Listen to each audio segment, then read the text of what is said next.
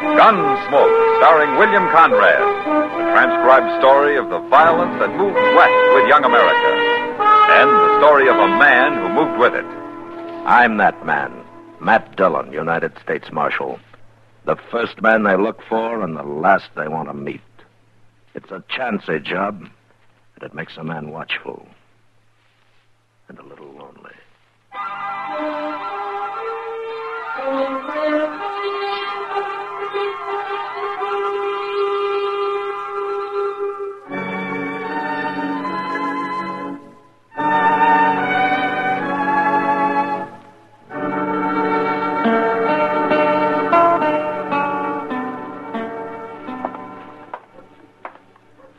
Hey, you.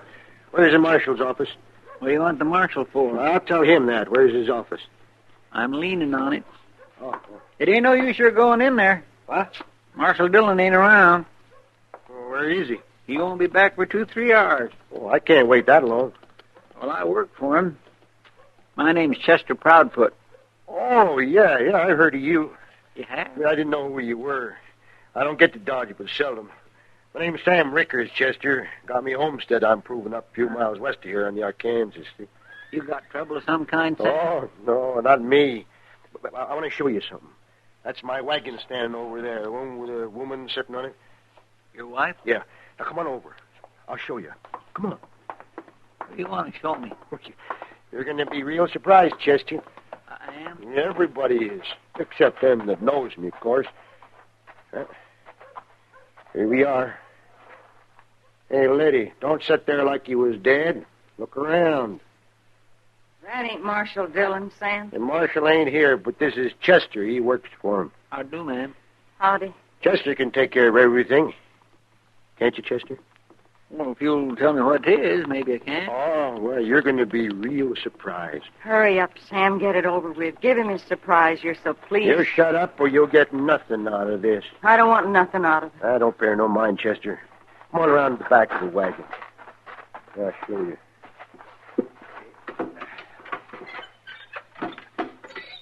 There. Who's that? I had to wrap him up in canvas. Here, I'll uncover him. Face it. There. Take a look at that. My goodness, where'd you get him? He rode into my place last night, about supper time. He didn't figure on finding a fellow like me there, I guess. Say, you must be a whirlwind to shoot a man like him. Oh, no, it was part luck, I guess. But I didn't haul him in here for nothing, Chester. Yeah, I know. But Mr. Dillon will have to take care of all that, Sam. It'll be a little while before you get anything. As long as I know it's coming. Oh, sure, you'll get it. But right now, you can help me carry him up the dock so he can do an autopsy. It'll be a pleasure.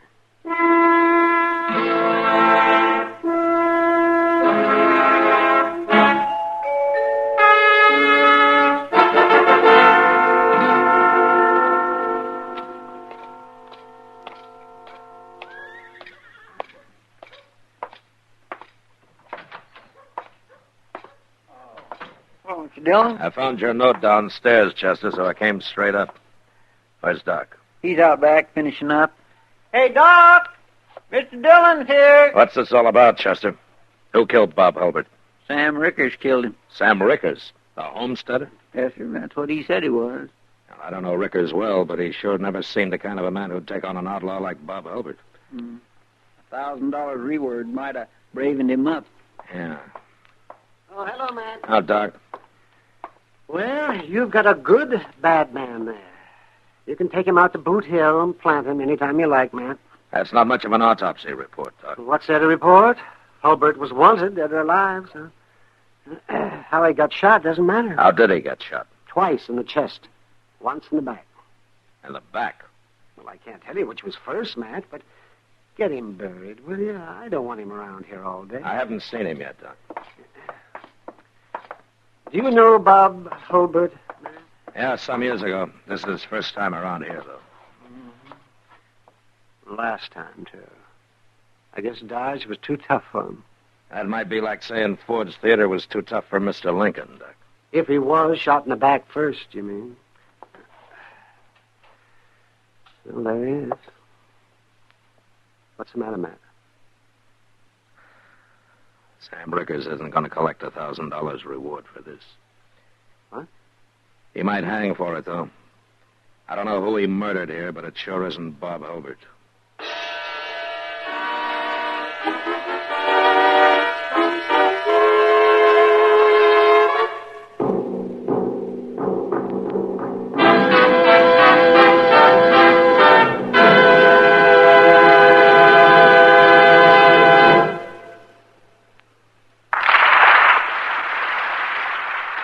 Never has a cigarette received such an enthusiastic welcome or won such a smashing success in so little time as L&M filters.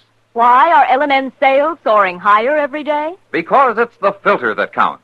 And no filter compares with L&M's miracle tip for quality or effectiveness. No wonder you get much more flavor, much less nicotine. A light and mild smoke from L&M. Join the trend to L&M.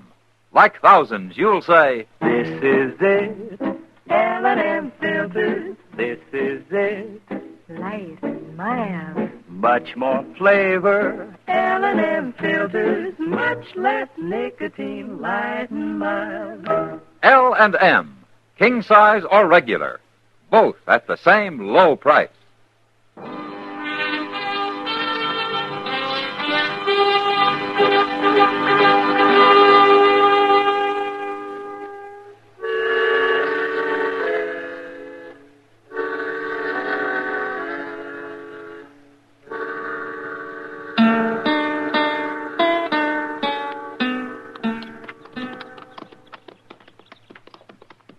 Look at that place, Mr. Dillon.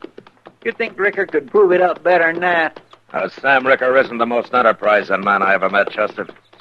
Not till lately, anyway. It's sure a funny way to murder somebody, ain't it? We better leave our horses here.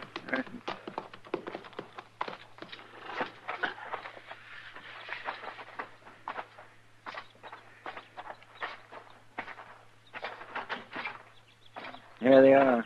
They must have seen us coming. Yeah. Hello, Chester. Marshal Dillon. Hello, Sam. Miss Ricker, ma'am. Howdy. Say hello to the Marshal, Letty. How do, Marshal? How do you do, Miss Ricker? I like to be called Letty, Marshal. Mrs. makes me feel kind of old. Why, sure. Stop trying to fool people, Letty. You know how old she is, Marshal? Don't, Sam, please. Sam, I came out to talk to you about that man you brought into Dodge this morning. That man? Well, that's the most valuable man I ever run into, Marshal. Well, out of him, I'm going to build me a new house, buy me some hogs and cows, and I don't know what all. I've been telling Letty about all the things I'm going to do with that reward money. I wish you wouldn't take it, Sam. What? I just don't want any part of it. All right, stop that. You interfering with a man and his wife, Marshal? If I have to, I am. But you're not going to get any reward money, Sam. What do you mean? That wasn't Bob Hulbert you killed. What? I don't know who it was, but it wasn't Hulbert. What are you talking about? I knowed him as soon as he rode in here. How did you know him? Where did you ever see Bob Hulbert? Well, I seen his picture last week on one of them wanted cards down at the post office. Hey, by golly, that's right, Mr. Dillon. I plumb forgot. Them posters come in last week, and I nailed a couple of them up here and there.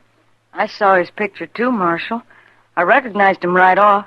Well, the man Sam killed looked a little like Hulbert, I'll admit that. But it wasn't him. Sam. Shut up, Letty. But that makes it murder, Sam. No, it don't. It was a mistake. The Marshal said he looked like Hulbert's picture. It wasn't my fault. Tell me what happened, Sam. I didn't murder nobody. It was a mistake. You want to tell me about it, Letty? No. I'll tell you. It was like this. We seen him coming. It was about supper time. And we got close. We both recognized him. So I went outside and, well, I told him to keep riding. We don't want no outlaws around here. And then he started to pull out his gun. I shot him. That's how it happened. Ain't it, Letty? Ain't it? That's right, Marshal. That's what happened. There's one thing you didn't tell me, Sam. What? How come he got a bullet in the back? Oh, well, he fell off his horse, and he was rolling around, and I shot him again. Must have hit him back, I guess. You saw it, Letty. I saw it. Letty, if Sam went on trial, would you swear to all this in court? Yeah, I'd swear to it, Marshal. You were the only witness to this. It's the truth, Marshal. Self-defense. Why should I be lying? I don't know, Sam. I'd just like to know who the man was that you shot. Well, he was some kind of outlaw. Drawing on me like that? Maybe, but you were taking quite a chance bucking a man you thought was Bob Hulbert, weren't you? I ain't afraid of no man, Marshal. No man at all. Uh-huh. Well, don't ride it too hard, Sam. It might throw you someday. So long.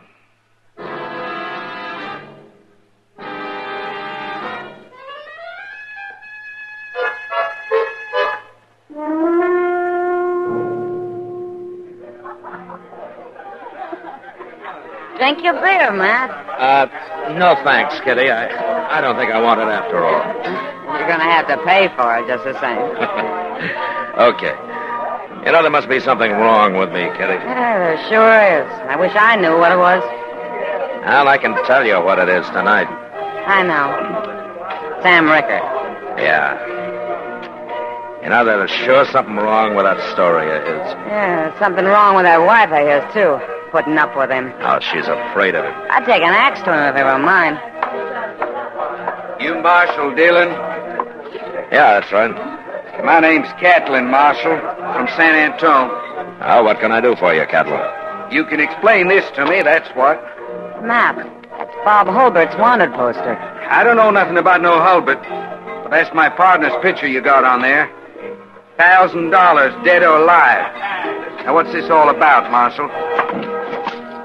Well, maybe you can tell me, Catlin. Tell you nothing. I got off the train here this afternoon. First thing I see is a wanted picture of Jake Haney with somebody else's name under it. Jake Haney, huh? Been my partner for 10 years. He ain't no outlaw. Never been in Kansas in his whole life before. Where is he, anyway? He was supposed to meet me here. You got him in jail or something? Jake Haney's dead, Catlin. Dead? That's not Haney's picture there. That's Bob Hulbert, like it says. Your partner looks some like him, and, well, he got shot. Well, who'd shoot Jake Haney? He never had trouble with nobody. Carried a gun, sure, but I always done the fighting for us. I don't believe it, Marshal. I'm sorry, Catlin, but it's true. We buried him out on Boot Hill yesterday. Who killed him, Marshal? He was killed by mistake, Catlin. Nobody's killed by mistake. Now, who killed him? Wait a minute. You did. It doesn't matter who did. I'll find out. I'll get the man that done it. You or whoever. It was a mistake, Catlin. Your partner and Hulbert looked enough alike to fool you, didn't they? You gonna tell me who did it, Marshal? No. And I'll find out myself. Jake Haney was as honest and decent a man as I ever knew. He ain't gonna die like this, for nothing. I'm gonna kill the man that did it. You kill anybody here and you'll hang for it, Catlin. Not me. Not if I have to kill you too, Marshal. Don't try it. I'll see you later.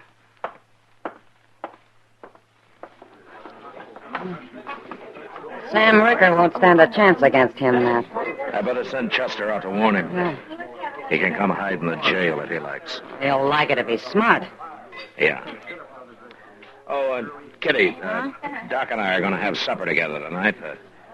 Won't you join us? I gotta eat sometime. I'll go find Chester, then I'll come back for you. Okay, Matt.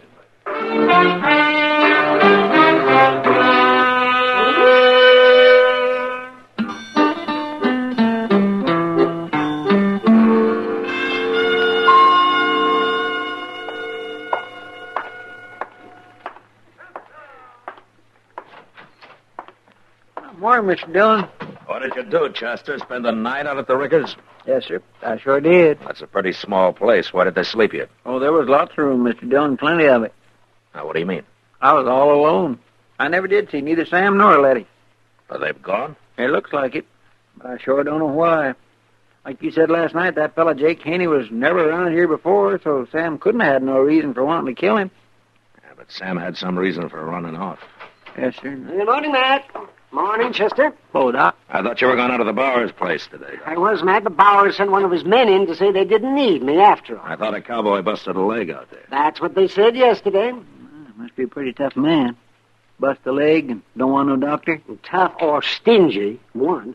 You know, I charge $20 for a trip like that. That's a month's wages for a cowboy, Doc. So to save $20, he'll probably put a mud cast on it and have a crooked leg the rest of his life. If he brings his $20 into town and runs it up to $1,000 at Faro, he won't care if he has a crooked leg, Doc. Chester, you trying to ruin my practice? Oh, I was only kidding, Doc. He'd never run it up to 1,000. Yeah, but I accept your apology. Well, if that's what it was. Say, Matt, I was talking to Sam Rickers after I left you last night. Sam Rickers. Here in Dodge? He was over at the hotel with his wife. Why? No wonder I never got to see him. Why, did they spend the night in town? What's wrong with that? Why, nothing. Huh? Oh, well, I told them all about Catlin. Everything you told me, Matt. I figured somebody ought to warn Sam, seeing as how Catlin's staying right there at the hotel, too. That was all right, wasn't it? That's okay as long as Catlin doesn't know about Sam. Well, there's no way he can know. Kitty won't talk, and the three of us here sure won't. Now, he's safe if he keeps his mouth shut. But, I better go talk to him.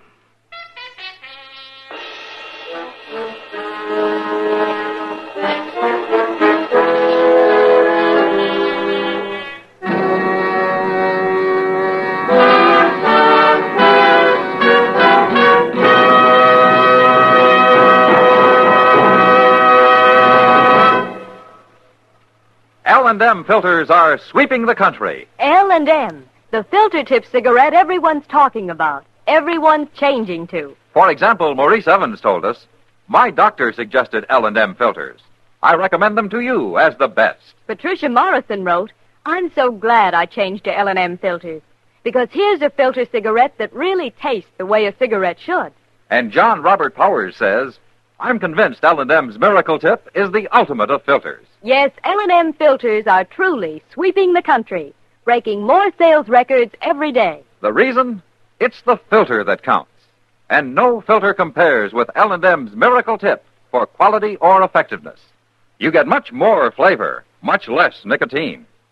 Our statement of quality goes unchallenged. L&M is America's highest quality and best filter tip cigarette.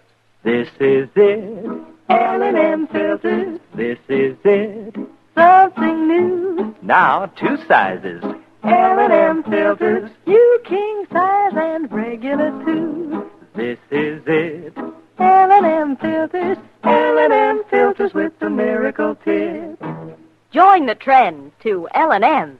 King size or regular, both at the same low price.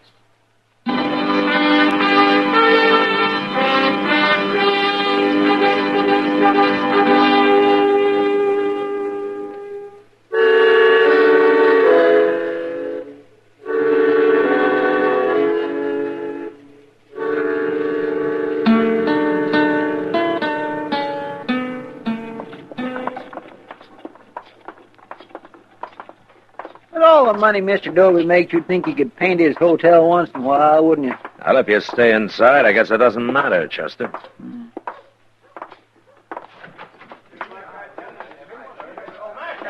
Marshal, I was just coming for you. What's the trouble, Mr. Dobie? There's been a shooting, Marshal, right here in my hotel. What? Now, that's got to stop, I tell you. I won't put up with Never anything mind like that. What happened? Well, I don't know, Marshal. Heard a couple of shots upstairs, ran up, found Sam Rickers there in the hall. Now, I don't know what happened, but I've kept everybody from going up there. Come on, because I don't Chester. want them messing around here.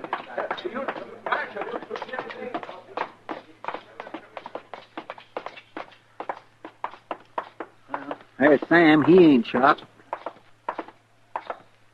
What happened, Sam? Dobie said there'd been a shooting. Yeah, there's been a shooting, Marshal. Look, in this room here. That's Catlin, Mr. Dillon. Who killed him, Sam? I did. You did. I had to, Marshal. Well, tell me what happened. Well, you see, Doc told me Catlin was looking for who shot his partner, so I got to thinking, and I figured the only way out was to talk up to him, tell him how I made a mistake. Don't you think that was right? That doesn't explain killing him. I better get Letty out here. She saw it.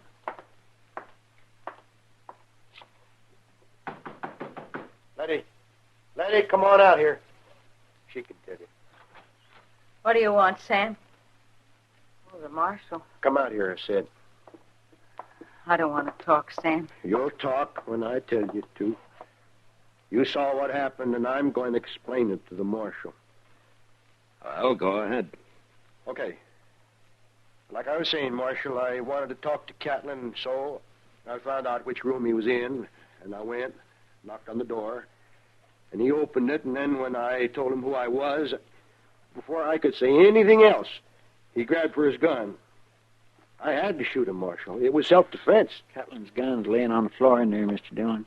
He had it out, all right. You saw it, Letty. Is that what happened? I saw it. Tell him, Letty. I don't want to talk. Tell him what you saw.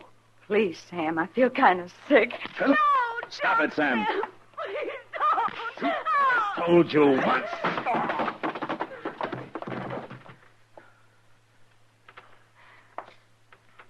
You've hurt him, Marshal. I knocked him out. He's not hurt.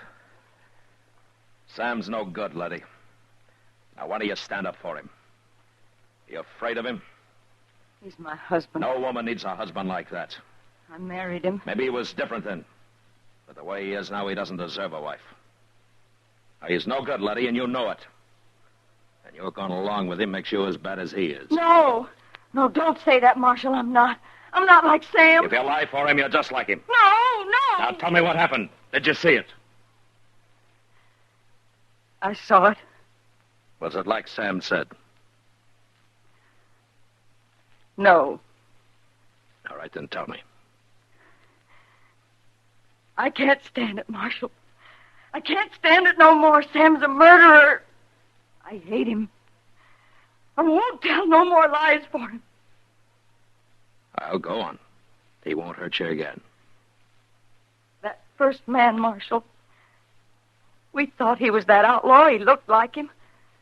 So Sam went in and got his gun and sneaked around the house while I was talking to him. He shot him in the back. Like killing a hog. Then he turned him over and shot him twice more in the front. Makes me sick, Marshal. What about Catlin? Sam killed him the same way? Of course he did. I tried to stop him, but he had his gun out when he knocked on Catlin's door, and then he shot him just as soon as he opened it. And then he took Catlin's gun and threw it on the floor. I watched him, Marshal. Marshal, she's lying. Don't listen to her, Marshal. She's a lying woman. I'm not lying. I saw you shoot both those men like killing hogs. Wait till I get you alone, Letty. Talking about your husband that way, I'll bust you good. You won't get her alone, Sam. You're under arrest. I don't care if you are my husband, Sam. You're a coward. You're a terrible coward. I ain't. No, I ain't. I killed him, didn't I? I killed 2 men.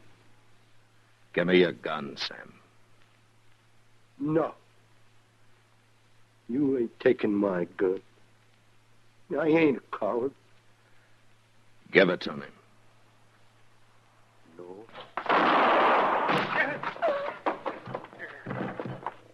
He tried to draw on you, Mr. Dillon.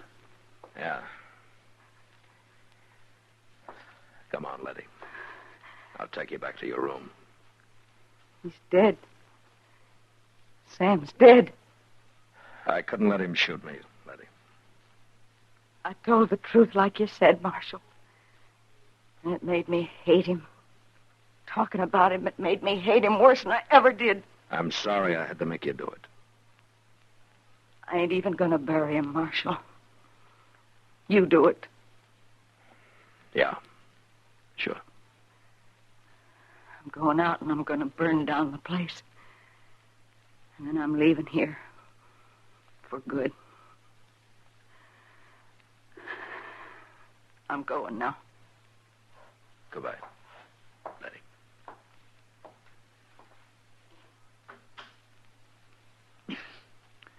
It ain't your fault, Mr. Dillon. You couldn't have handled it no other way. No, I couldn't, Chester. But it is too bad you had to make poor Miss Rickard tell on her own husband. Yeah. But sometimes I wish it was somebody else's job to make people do things like that.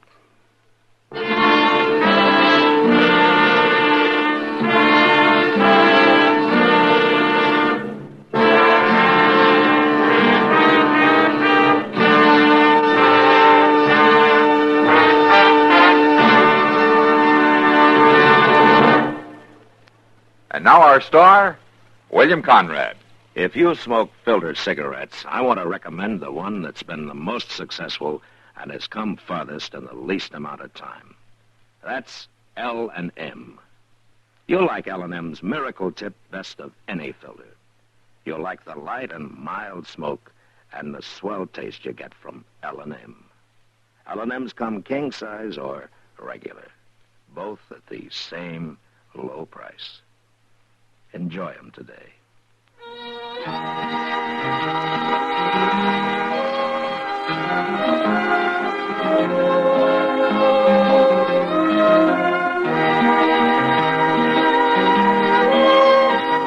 Gunsmoke, transcribed under the direction of Norman MacDonald, stars William Conrad as Matt Dillon, U.S. Marshal. Tonight's story was specially written for Gunsmoke by John Meston, with music composed and conducted by Rex Corey.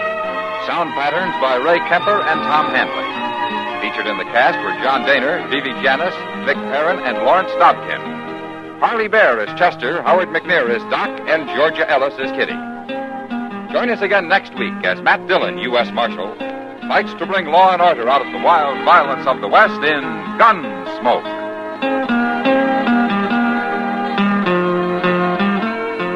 The country's top disc jockey.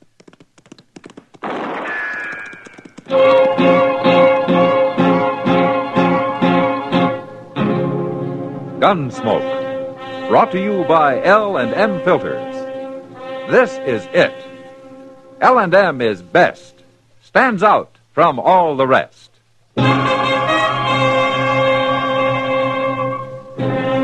Dodge City and in the territory on West, there's just one way to handle the killers and the spoilers, and that's with a U.S. Marshal and the smell of gun smoke.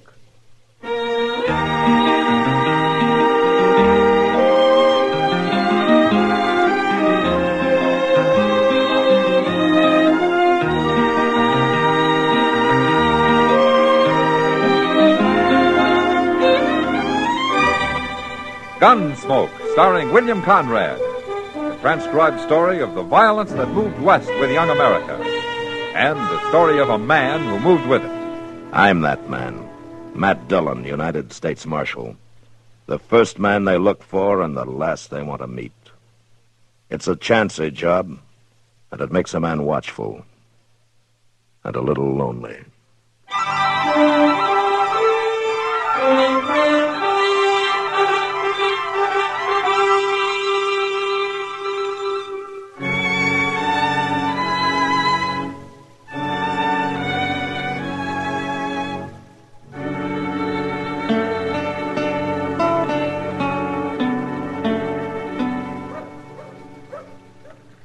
What time's that stage supposed to be here, Chester? Oh, sometime this afternoon, Doc. They ain't quite sure.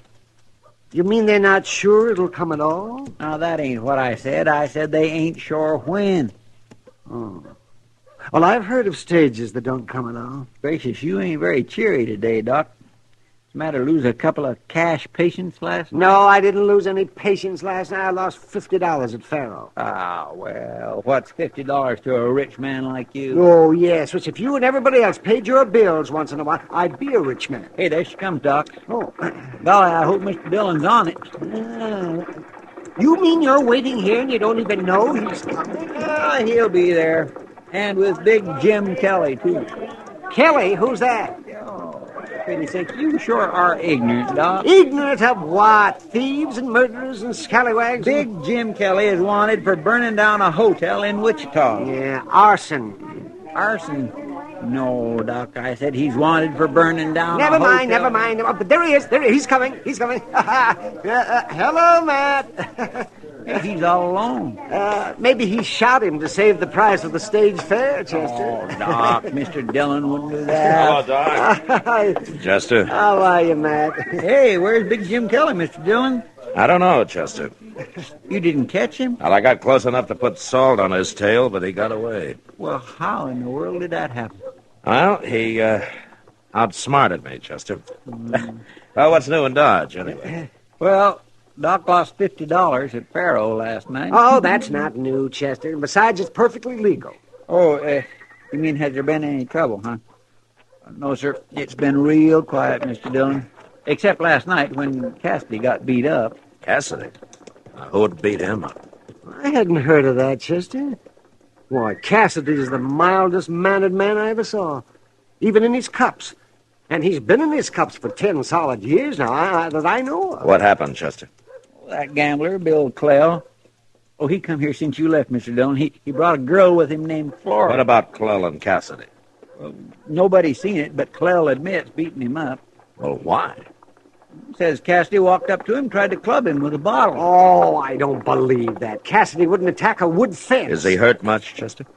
He don't look very good, but he'll be all right, Mr. Dillon. Say, man, I don't believe this Clell. There's something wrong with his story. Well, I'll go by there tonight and have a talk with him, Doc. But right now, let's go get something to eat, huh?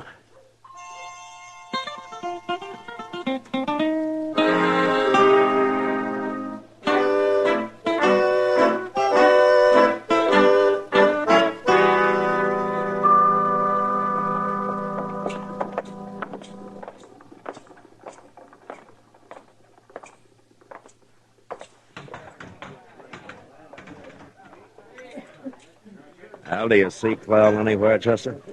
No, sir, I don't. I guess he ain't come in yet tonight, Mr. Dillon. Yeah. Look, you go get your beer. I'm going to go over and say hello to Kitty over there.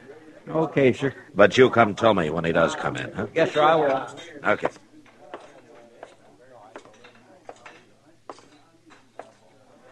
Well, evening, Kitty. Hello, Matt. I hear you came back empty-handed. Oh? How did you know that? Everybody knows it. You know, and all the time I was thinking that nobody even knew I'd gone after a man. It's hard to keep secrets in Dodge, Matt. I've tried it myself. Yeah.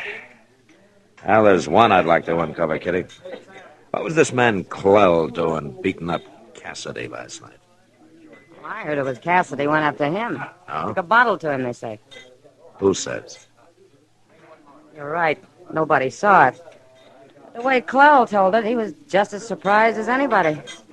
I have to admit, I kind of believe him, Matt. Oh, now, Kitty, you know Cassidy wouldn't attack anybody. But don't get me wrong. I'm not standing up for Clell. In fact, I don't even like him. Oh, what's wrong with him? But he's no good. I can tell by the way he treats Flora. She's a real unhappy girl, Matt. Well, that's no business of mine. But I don't like the idea of a poor, harmless drunk like Cassidy taking it from him. Hey, there's Flora now. You want to meet her? Huh? Oh, yeah, sure. Flora! Flora! Pretty little thing, isn't she? Yeah, she is. Hello, Kitty. Did you want me? You got a minute, honey? I want you to meet Marshal Dillon. Oh. Are you the marshal? I'm pleased to know you, Flora. Want you to sit down? Thanks. But I can't stay long. Mr. Clell will be in directly. Uh-huh. You, work for Clell, Flora? My job's to steer people over to his faro table and then try to keep them there. You know. Yeah. How long have you known Mr. Clell? All my life, I guess. What? Oh, he sort of adopted me when I was 5, when my mother died. I'm only 18 now, Marshal. Oh, that's mighty young. You, look a little older than that. I wish I was 10 years older. Oh, why? Then maybe I could get away from him somehow. Oh, please, don't tell him that. No. Of course I won't. He married me last year. Oh? Oh, there he is now. He just came in. I'd better go. The tall man, Matt. The black derby. Yeah, I see him. I thought he'd be older. He only looks about 35. I'll be darned. There's Cassidy, too. Looks like he's following him. Yeah, he is. And he's got a gun in his hand. Cassidy's gonna shoot him, Matt. Hold that gun steady with both hands, Cassidy. I'm gonna kill you, Clell. Put that gun away, Cassidy. I'll handle him. That's just about enough for you, Cassidy. Gonna break every bone in your body. All right, hold it, Clell. Stop kicking him. Mister, stay out of this. You kick him once more and you'll wake up in jail. Jail? Why, who are you? I'm the marshal here. Well, then why don't you arrest Cassidy? Didn't you see him try to shoot me? I saw him. Now, what's the trouble between you two? Look, Marshal, I give you my word I never saw this drunken bum before in my life. Took a bottle to me last night. This time he's got a gun. There must be something behind this, Clell. Cassidy's one of the most peaceful men in Dodge. Well, I swear it. I never saw him before. I'll tell you one thing, Marshal. Next time I see him, I'm going to kill him. Chester. Yes, sir. Cassidy's still out. Get him over to Doc's, will you? I'll come by there later. Yes, sir, I'll do it, Mr. Clell, if Cassidy tries to kill you, it's your right to protect yourself. But don't do it with your feet. Cassidy's friends might not like it. And I'm one of them.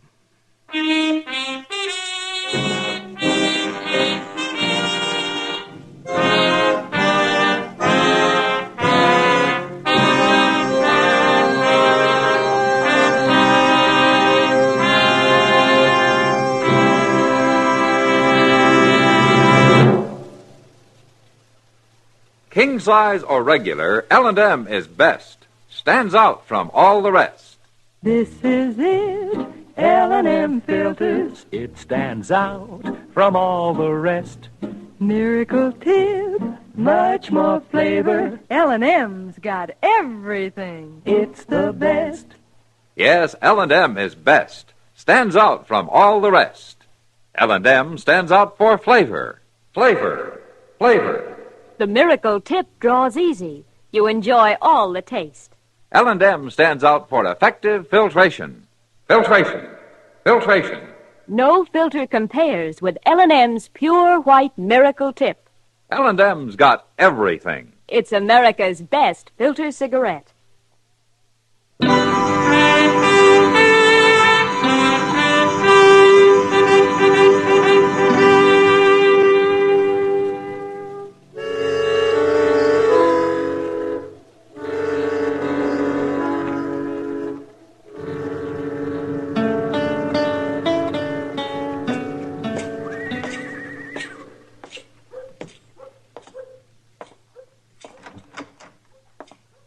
Come in, Matt. Hello, Doc. Oh, how you feeling, Cassidy? I'm okay, Marshal. Oh, you're so full of booze you don't know how you feel, Cassidy. I told you you've got 2 broken ribs. That don't matter. I've had worse. Cassidy, what are you after Clow for? Why did you try to shoot him tonight? 13 years of hard drinking's lovely to think about. It's bad on the aim, Marshal. I had to hold that gun in both hands. He hit me before I get it off. Why were you trying to shoot him? I don't like his face. Doc, will you do something for me? Sure, yes, Cassidy. What is it? Make me sober. What? I mean real sober. Oh, I ain't gonna quit forever, but I want to get sober for a spell. Well, I'm sorry, Cassidy. Medicine has no idea how to treat a man who drinks like you. No idea at all. There's nothing you can do? Nothing. If you want to get sober, you'll have to do it yourself. How? Stop drinking. Okay, I'll do it. If Marshal will help me. Me help you? Lock me up in jail, Marshal, and don't let me out for about a week. I can't drink that way. You'll do it, won't you? Well, ordinarily, I'd do anything I could to help you, Cassidy, but no, not this time. Why not? Because you want to get sober so you can kill a man. Then I'll do it without your help. Oh, don't worry, Matt. He'll never stay sober long enough to do any harm. I never saw a man like him stop drinking yet. You never saw a man had a reason like I have, Doc. What is your reason, Cassidy? I'll tell you later, Marshal. When you come to hang me.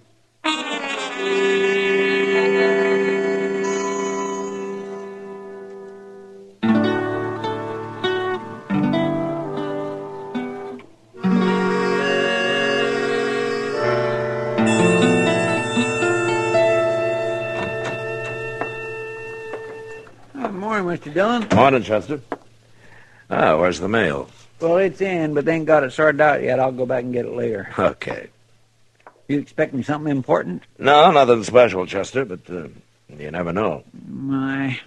Sometimes I think we'd be better off if there wasn't no mail, no telegraphs, no trains, no stages, no nothing like that. Well, I wish we had more. And maybe we could find out what happened to Cassidy. He's been missing a whole week now. Oh, for heaven's sake, Mr. Dillon, I plumb forgot. That's the first thing I meant to tell you. Well, how could I forget that? I swear I must be getting old. It seems like every time I start... Chester, what did you forget? About Cassidy. I seen him in the street just now. You did? Well, where is he? I want to talk to him. He was leaning on that building right next door. Drunk? No, sir, he didn't look it. He looked plumb sober. I'll go see if he's still there, will you? Yes, sir. Yeah. There he is. Cassidy! Hey, Cassidy! Come here a minute. He's coming, Mr. Dillon. Come on in, Cassidy. Marshal wants to say hello. I ain't got much time, Chester. Well, you got a minute, ain't you? Close the door, Chester. What do you want, Marshal? You had everybody worried, Cassidy. Where you been the past week, huh? I've been out on the prairie, Marshal. Ain't no whiskey out there. Oh, I see. Well, you look fine. I ain't had a drop since I left Doc that night. How are your ribs? I breathe hard, but that don't bother me. Mm-hmm. I see that you got a gun in your belt. I have. I can shoot it with one hand now. Still after Clell, huh? You can hang me later, Marshal. It don't matter. But right now, you can't do nothing but talk. Why don't you tell me what this is all about, Cassidy? We're friends, aren't we? You was always a friend to me, Marshal. I don't like to cause you no trouble, but I can't help it this time. It's just gotta be. Well, okay, Cassidy. You don't want me to help you, but I'm going to do it anyway. You can't help me. Yes, I can. Now, give me your gun. No, Marshal. No, you got no right. Now, don't. Give me the gun. Mm-hmm. There. Buy me another one. Chester. Yes, sir. Lock him up. Lock me up? No, you can't do that. It ain't legal. I ain't done nothing. To stop you from killing a man's plenty legal the way I look at it, Cassidy. All right, put him in his cage, Chester. Come on, Cassidy, and don't you try nothing. No, wait, no, you can't lock me up. Clell might get away. You want me to carry you? All right. All right, I'll tell you, Marshal. I'll tell you. Leave him be, Chester. Well, go ahead, Cassidy. Tell me. Who is Clell? 13 years ago, Marshal, down in New Orleans, Clell run off with my wife. He did? And then how come he claims that he doesn't know you? He don't know me. I changed my name, and I only seen him once before. My wife told me she was leaving, and I watched him get on the riverboat. Clell, my wife, my little girl. Your little girl? Flora was only 5 then. Flora? You mean Flora's your daughter? She don't remember me. I don't want her ever to know that, now the way I am. Promise you won't tell her? No, of course I won't. But Clell's married to Flora now. What happened to your wife? Yeah, they got married, but later I heard she ran off. She had to get away from him. I think she's dead, Marshal. I think she killed herself. Look, Cassidy, shooting Clell isn't going to help anything now. I ain't going to kill him because of me, Marshal. I'm doing it for Flora. Yeah, I can tell. She wants to get away from him, too. Yeah, I know she does. I'm going to do it, Marshal. I don't mind hanging. I'm going to help Flora. Clell's done a lot to you, Cassidy, but there's nothing in the world I know of that justifies murder. I don't hold with killing people either, Marshal, but I'm going to do it. Cassidy, listen to me. If I get Flora away from Clell, would you be satisfied? How are you going to do that? Will you leave him alone if I do? I told you it's for Flora I'm thinking about. The other thing, that's too long past. I buried that in 1,000 whiskey bottles, Marshal. Okay, I'll see what I can do. Do you have any money, Cassidy? If I didn't work down then, I couldn't drink. How much have you got? No, about $50. All right, give it to me. What? I said give it to me. Hmm. Well, here it is, Marshal. That's all I got. It's enough. Now, look, I want you to lay low, Cassidy. Stay out of sight for a while. Will you do that? I'll do it, but I'll be watching. This better not take too long, Marshal. Chester. Yes, sir. Go find Kitty, will you? Tell her to get Flora over to her room and be sure that Clell doesn't know where she is. Okay, Mr. Dillon. Tell Kitty I'll meet him there in about an hour. Oh, and you better hang around outside somewhere, huh? In case Clell gets interested and shows up.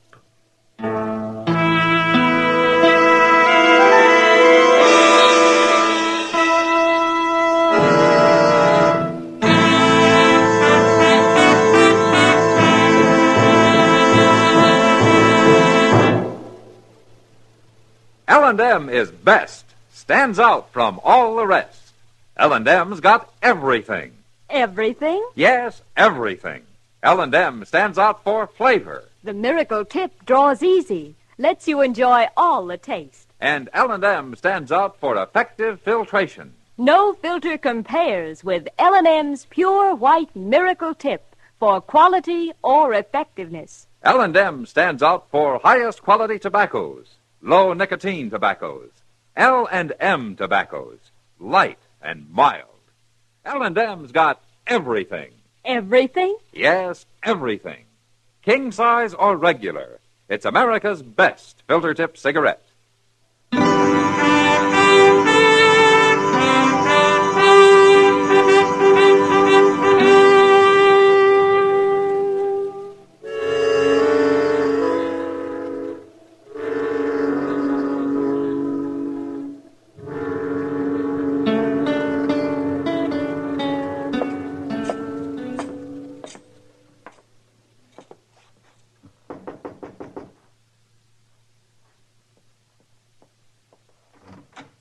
She's here, Matt.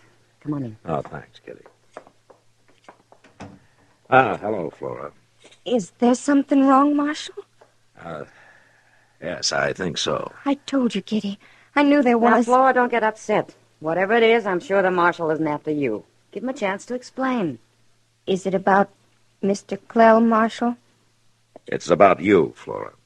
But I haven't done anything. No, you haven't done anything, Flora, but I'm going to help you do something.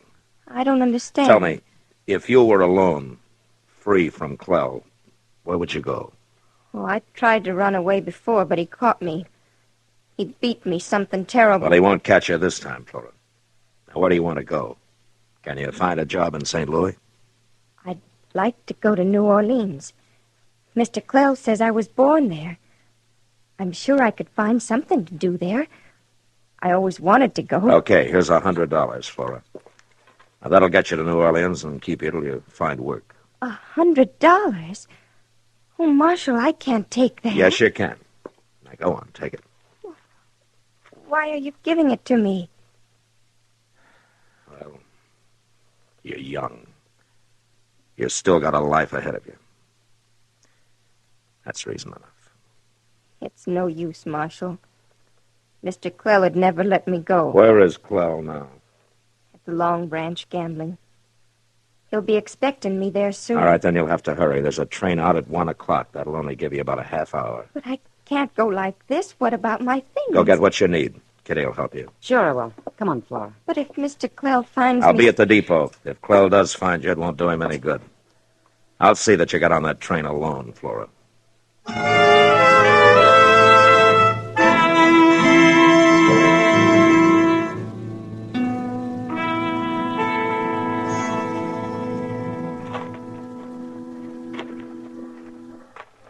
Gracious, she better hurry, Mr. Dillon. Stampede about to leave. Kitty'll see that she gets here, Chester. Don't worry.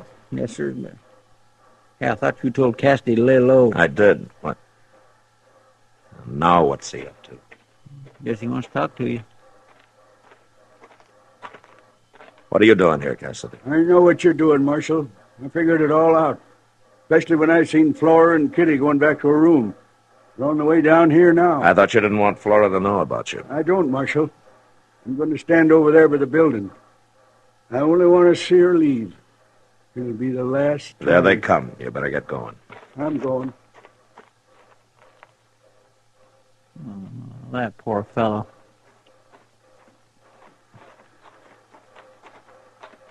Come on. Marshal.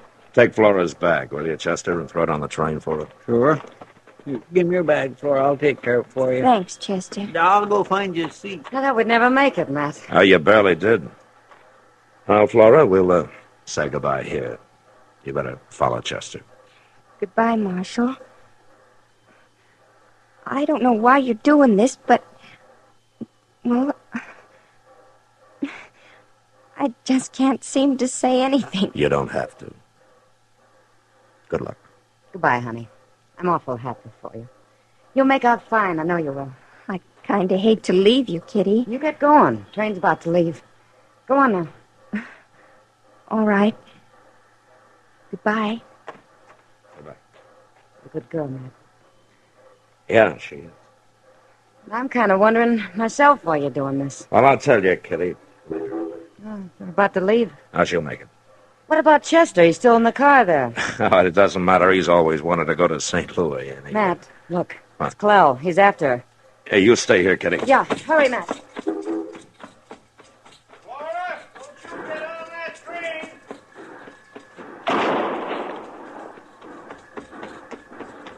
You all right, Flora? He's dead, Marshal. Get on the train, Flora. But I... Come on, hurry. Go on, move.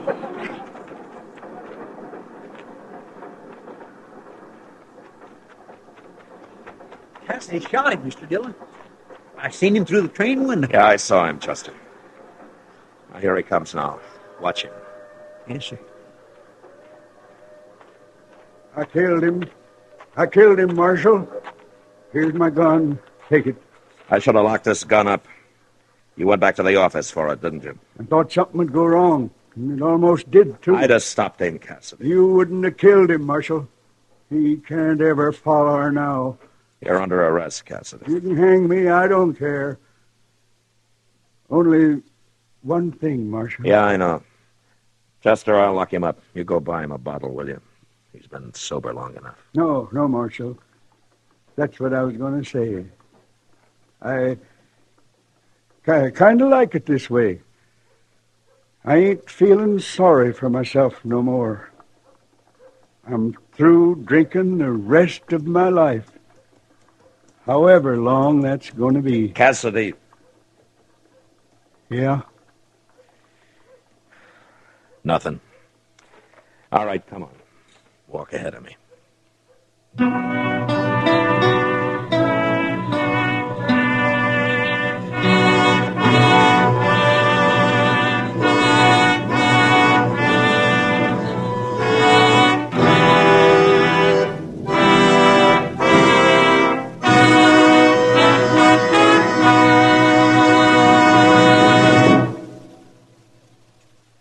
Now our star, William Conrad.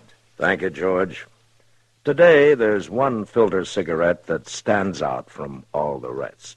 L&M stands out for flavor, for effective filtration, for highest quality tobacco. L&M's got everything. That's what makes it America's best filter tip cigarette. Try L&M's king size or regular. I know you'll go for 'em.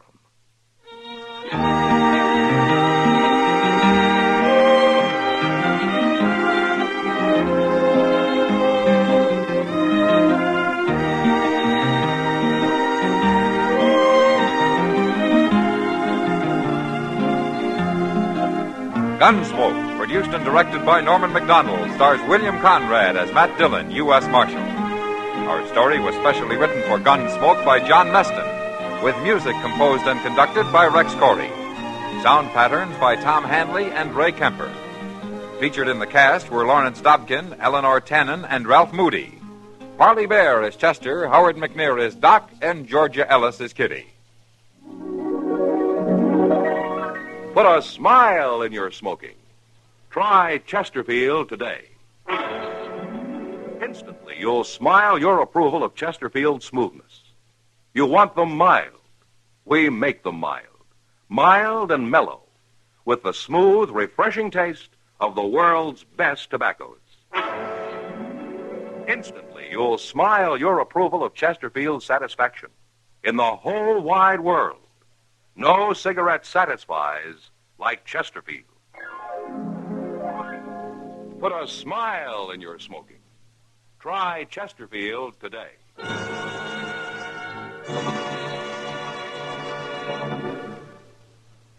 The current issue of TV Radio Mirror carries a feature story on Gunsmoke, complete with pictures of Matt, Chester, Doc, and Kitty.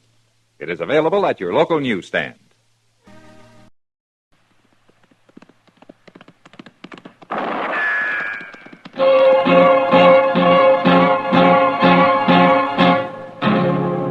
Gunsmoke, brought to you by L&M Filters.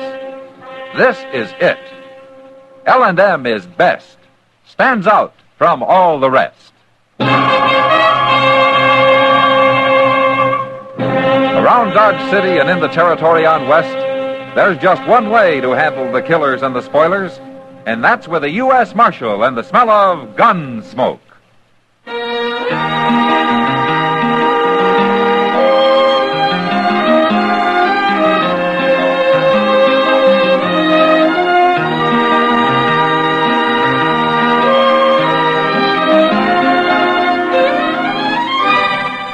Gunsmoke, starring William Conrad.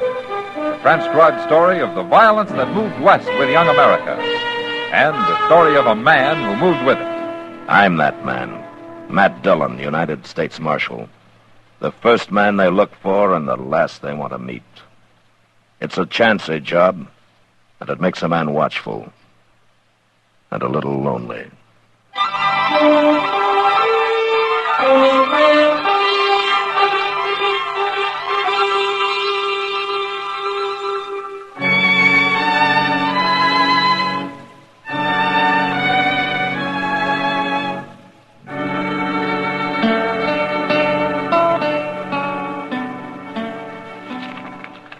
Chester, will you take this stuff down to the depot and see that it gets in the mail for me, huh? Yes, sir.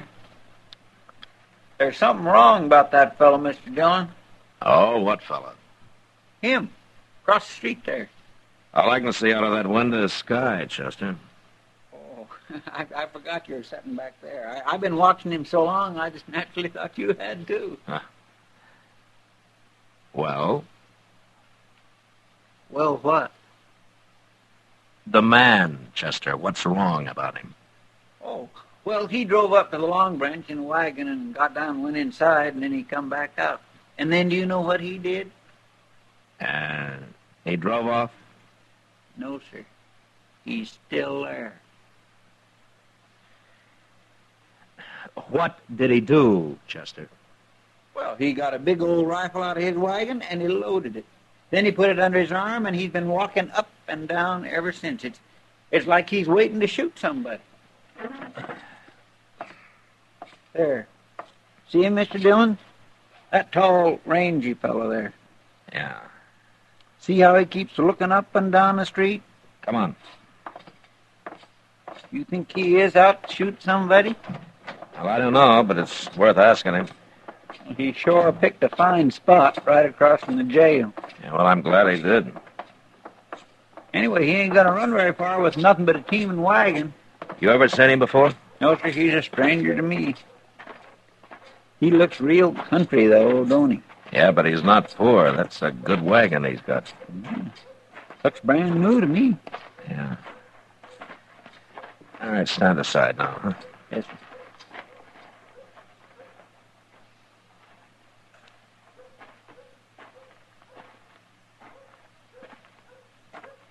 Hello. I don't recall you, mister. My name's Dillon. Oh? I'm the marshal here. Oh. Why, sure. I knew I'd heard that name, Dillon. Pleased to meet you. This is Chester Proudfoot. Hello, Chester. How you do? I'm Willie Calhoun, Marshal. I don't get to Dodge but seldom. Not till lately. Oh, you live around here? Got me a little place out at Spring Point. Yeah. It's doing fine. I noticed you got a new wagon. Well, that's for Pearl. I wanted her to be proud. Huh. Hey, your wife? No. No, Pearl Bender, Marshal. She's gonna be my wife. That's what I come to town for. I made up my mind. Pearl Bender works in the Long Branch here, doesn't she? I'm waiting for her to come along now. I made up my mind, Marshal. Is that what the rifle's for? What do you mean? Well, you've made up your mind, but maybe she hasn't. Oh, no. No, it ain't like that at all. I wouldn't force Pearl into nothing. Then what is the rifle for? Man's got a right to carry a rifle. Yeah, but the way you do it, it's like a man walking around with a 6-gun in his hand, ready to shoot. Now, come on, tell me the truth, Calhoun. There ain't nobody gonna stop me and Pearl, Marshal. Well, why should they? They might try. Who might? I fight my own fights, Marshal. Now, not here you don't, not with a gun. I'll kill him. I made up my mind to kill him if he gets in my way. Now, look, Calhoun, why don't you give me the rifle? Here now. Stay back. Here, Chester. Hold it on him. Got him covered, Mr. Dillon. You got no right to do that. I'll do anything to stop a killing. Are you going to tell me who you're looking for? You're interfering. I ain't gonna tell you nothing. All right. Chester, take him over to the office and keep him there. Yes, sir. You can't lock me up. I'm gonna get married. We're not locking you up, but you're going to stay in my office till I find out about this. Okay, Chester. All right, get moving, Calhoun. And don't try to run or I'll bang you right on the head.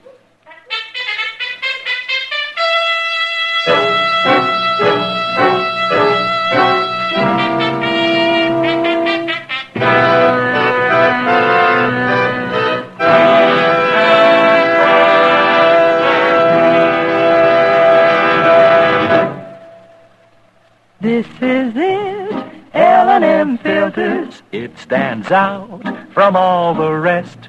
Miracle tip, much more flavor. L&M's got everything. It's the best. Yes, L&M is best. Stands out from all the rest. L&M stands out for flavor. Flavor. Flavor. Flavor. The miracle tip draws easy. You enjoy all the taste. And notice how mild it is. L&M stands out for effective filtration. Filtration. Filtration. Filtration. No filter compares with L&M's pure white miracle tip. L&M's got everything. L&M, light and mild. America's best filter tip cigarette.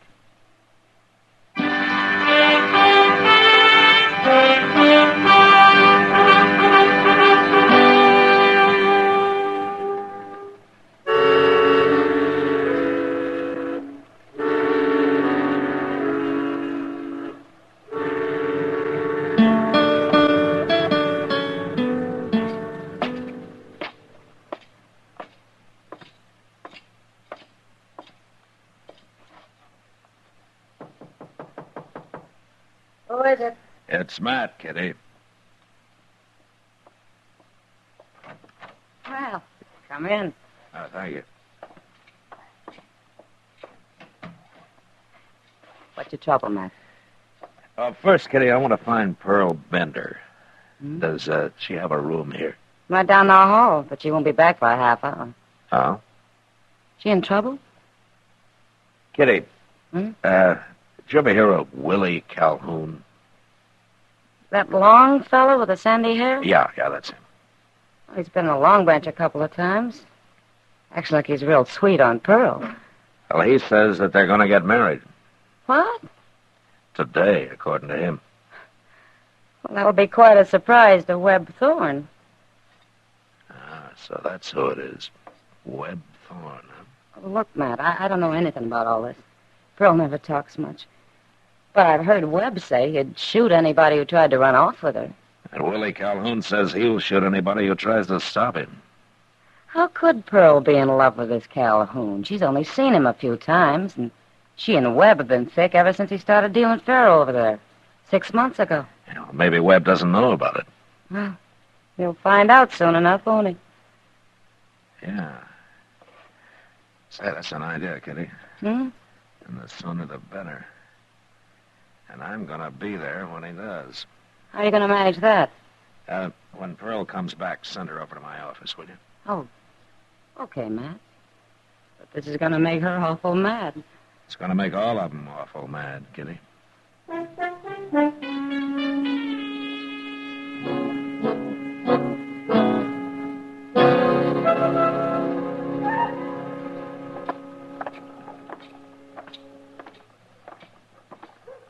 Marshal, if you've got any charges against me, I'd like to know what they are. I'm not arresting you, Webb. I told you that.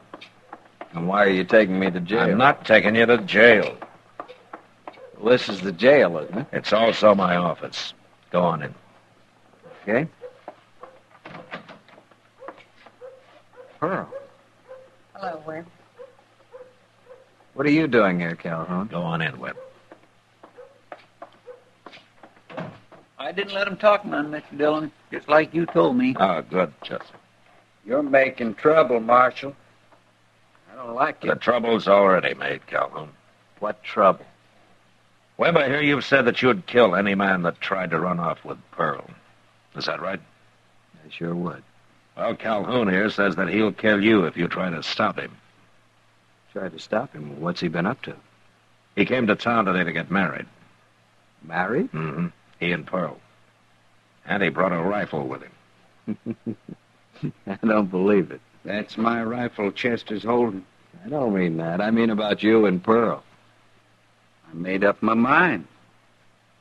I'm going to do it. You ain't going to stop me. I'll stop you. Webb, if they want to get married, they're going to, and there isn't going to be any trouble over it. Now or later. Who told you they want to get married, him? That's right, he did. But it's Pearl that's going to settle this. Either you or him. She can say right now which one of you she wants, and the other's going to get out and stay out. Is that clear? Why, sure, Marshal. That's fine with me. Pearl knows her own mind, don't you, Pearl? Go on. Tell him.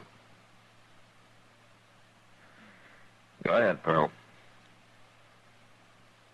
Marshal, I never told Willie I'd marry him. What? I can't marry him. Yes, you can, Pearl. I've made up my mind. He's made up his mind. Sure I have. And I don't care what I got to do to get her away from you. Tell him again, Pearl. Willie, I can't marry you. I never said I would. Well, you can speak out, Pearl. You can. I'm telling you the truth. Please. Now, Pearl. Okay, Calhoun, you heard her. Leave her alone. Leave us both alone. Once I make up my mind, I never change it. I'd rather see her dead than with him. Look, Calhoun, Webb didn't stop you. I did. So you go gunning for anybody, and it's me. Well, I got nothing against you, Marshal. All right, then go back to your place at Spring Point and stay out of Dodge till you get over this. I'll send your rifle out by somebody later on. You think I'm crazy, don't you? You'll forget all about this soon enough. So long, Pearl. Goodbye.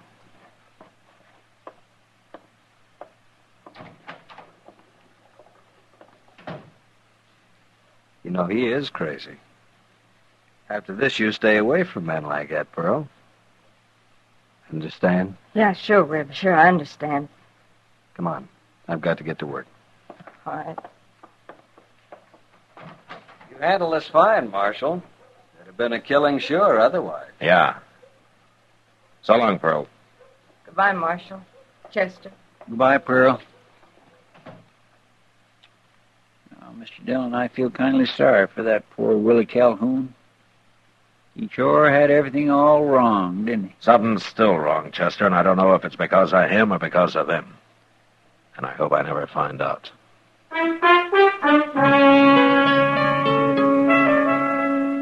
2 weeks later, I heard that Pearl and Webb Thorne got married. And they moved into a house that Webb owned. And Pearl quit working at the Long Branch.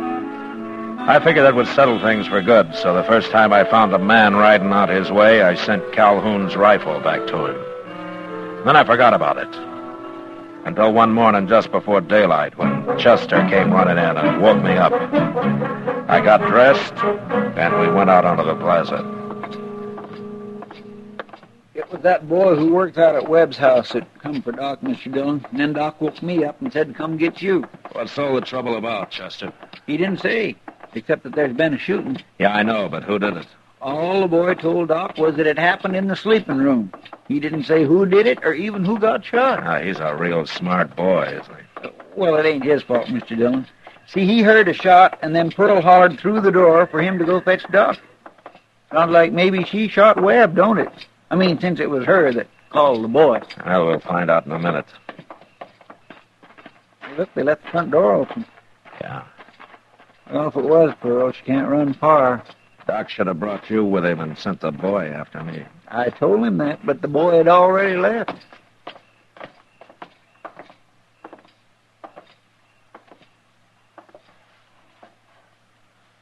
Doc. Doc. Wait there, Matt.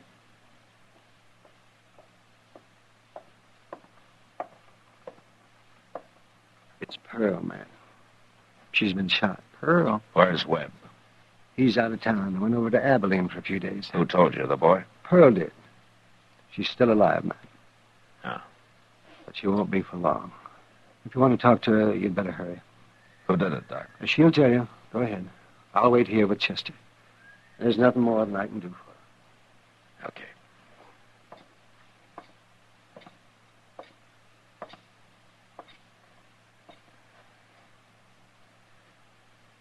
Pearl? Hello, Marshal. Do you mind talking? Can talk. A little. Who did it, Pearl? I was asleep, Marshal. The window was open. Heard a man outside yell something. I don't know what it was, but I recognized his voice and sat up and he shot me. Who? Who was he? Willie. Willie Calhoun? Why would he shoot me? He knows why I couldn't marry him. What? Webb said he'd kill me if I ever left him. And I know he would. You told Calhoun that? Told him enough. He knew. Guess he couldn't stand my being married to Webb. You didn't have much chance either way, did you, Pearl? I didn't know Willie'd do this. I wish you'd told me about Webb. Doesn't matter now. Can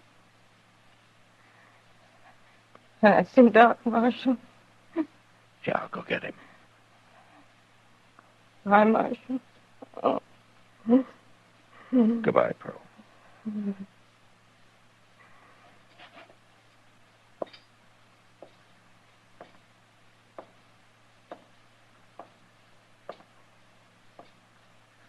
She wants you, Doc.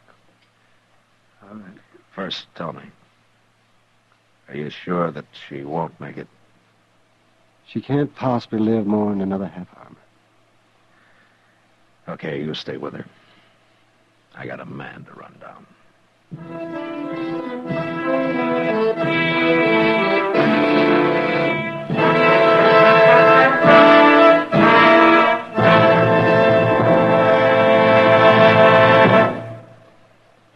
L&M is best.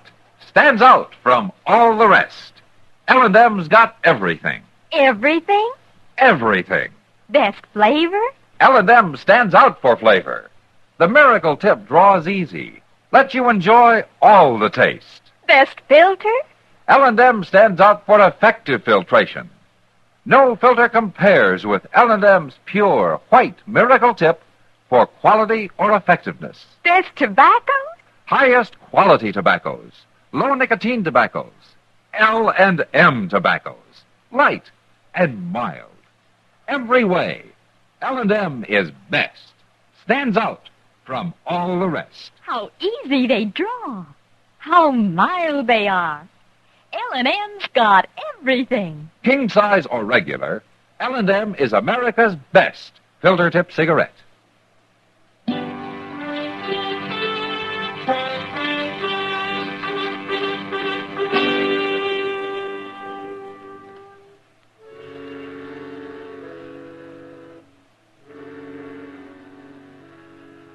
Outside the house, we found Calhoun's tracks and saw that after the shooting, he'd jumped on his horse and ridden north. A few minutes later, we were mounted and headed in the same direction. It was nearly dark when we reached Spring Point and found his cabin.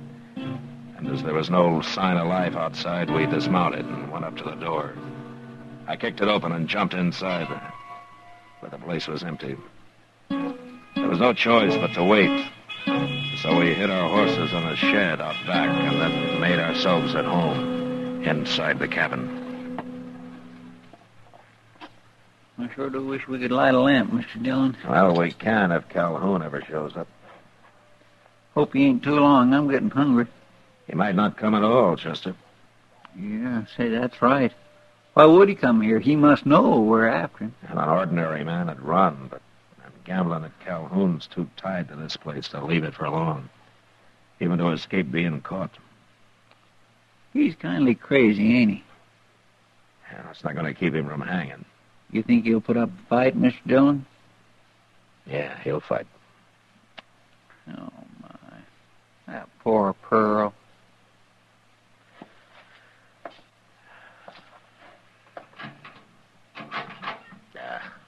No water. I'm going out to the well and fill this up, Chester. I'll be right back. All right, Chick.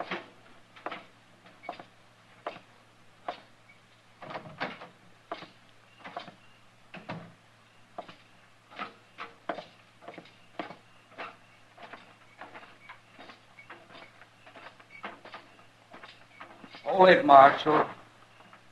Right there. One move and I'll kill you.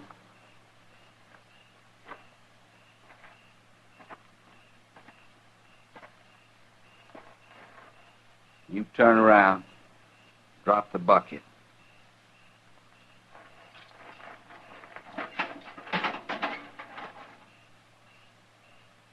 Is that the rifle you used this morning, Calhoun? I'm going to use it again. I got to kill you and Chester now. I'll get a bullet in you. You're going to drop your gun belt, Marshal. Real slow. Now go ahead. No. Go on. Do it. It's like I say, Calhoun, you can kill me, but I'll get one bullet in you. You're awful willing to die, Marshal. It'll be worth it to take a woman killer with me. What? Any man that'd ambush a woman. What are you saying, Marshal? What woman? What woman? Pearl. Pearl.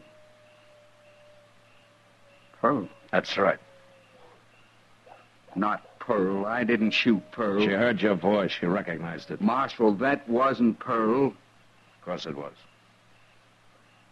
Now, you're lying to me. Why are you lying to me? I got no reason to lie to you. Why should I? But it couldn't have been Pearl. Now, you're saying it was just to drive me crazy. No. No, I know why you're doing it, to keep me from shooting you. Well, it ain't gonna work, Marshal. You shot Pearl and she's dead. Doc said she couldn't live more than a half hour after I saw her. I don't believe it. That don't make no sense. Wait a minute. You thought it was Webb Thorne, is that it? Of course it was. That's his house. That's his bedroom. Webb's over in Abilene. No. He's been gone 2 or 3 days. I still don't believe it. What would Pearl be doing in his house? Why shouldn't she have been there? They were married. They was married. You didn't know they were married? How would I know that? When they get married? A couple of weeks ago. I wanted Webb Thorne.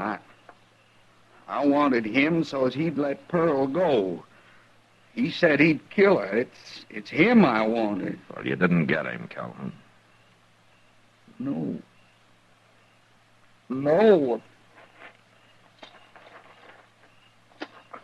Now give me the rifle. You take it. I don't care no more. I don't care what happens to me. The law cares. You're going to jail, Calhoun. I just wish you'd shot me. I wish I'd made you shoot me. Go on into the cabin. Marshal? What? Can I sit out here a while? Alone? I won't run. No, you won't run. Okay, Calhoun. You sit here.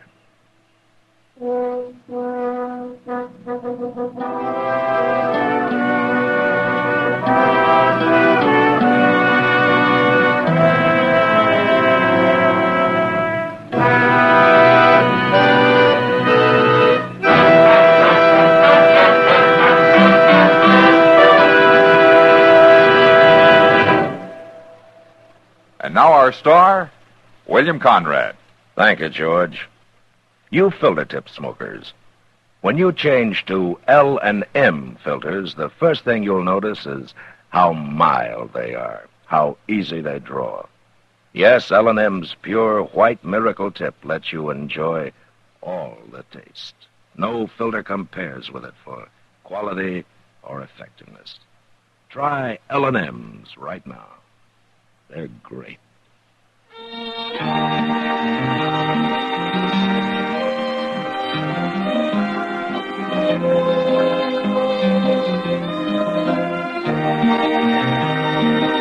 Gunsmoke, produced and directed by Norman McDonald, stars William Conrad as Matt Dillon, U.S. Marshal.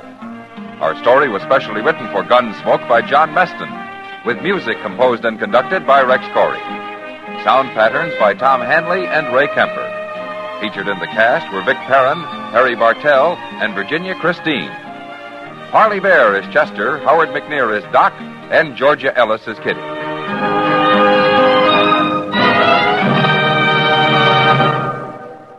Stop!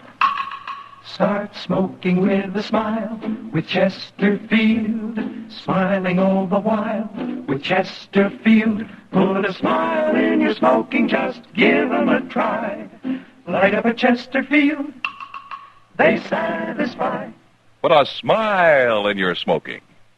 Buy Chesterfield. So smooth, so satisfying. Chesterfield. You'll also enjoy Chesterfield's great radio shows. Harry Como sings all the top tunes on CBS Radio every Monday, Wednesday, and Friday. Jack Webb stars in Dragnet on Tuesday nights.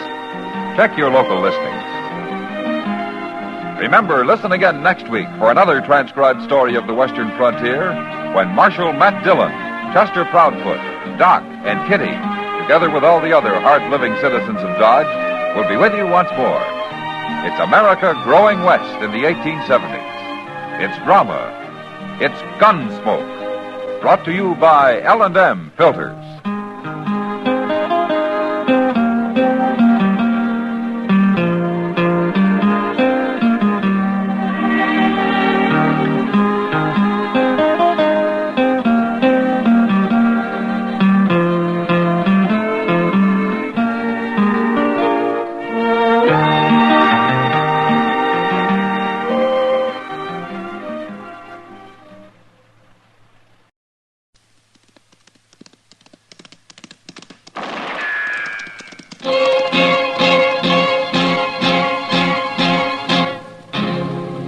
Gunsmoke, brought to you by L&M Filters. This is it. L&M is best, stands out from all the rest. Around Dodge City and in the territory on West, there's just one way to handle the killers and the spoilers, and that's with a U.S. Marshal and the smell of Gunsmoke.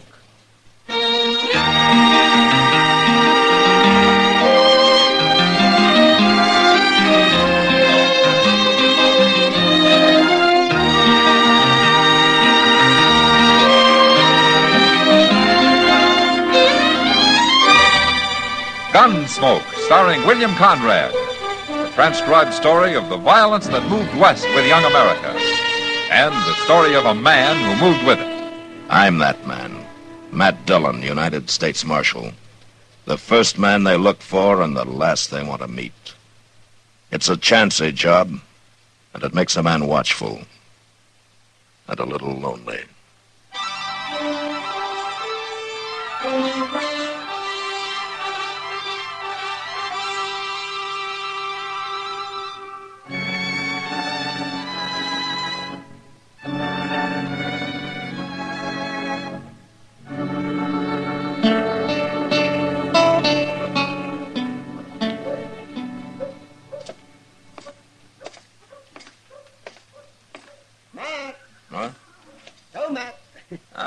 Hello, Doc.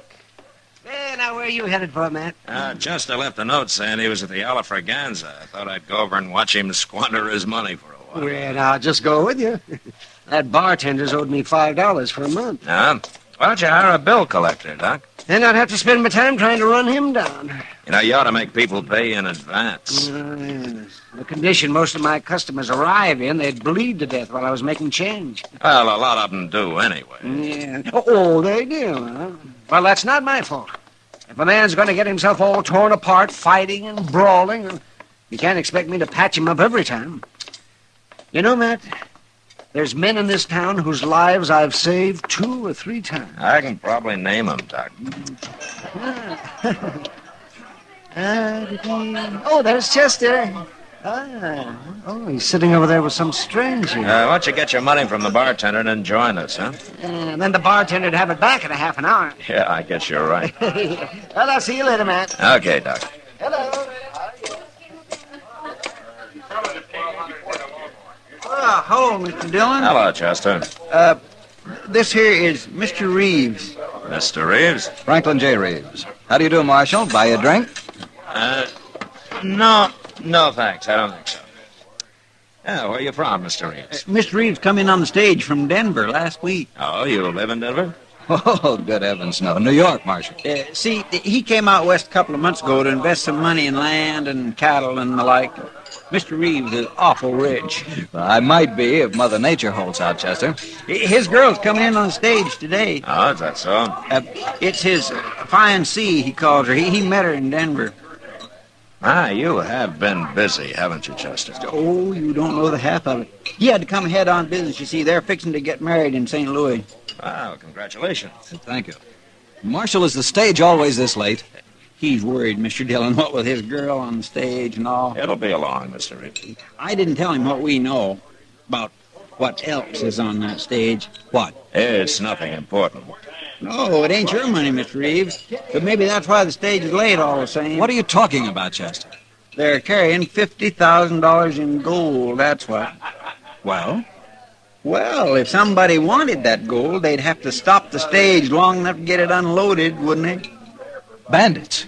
You mean bandits? It'll get here, all right, Mr. Reeves. It's usually a little late. But it might have been held up. There might have been a shooting. That's just Chester's talking. Hey, wait a minute. Listen. There it is now. Now, come on. The stage office is right next door.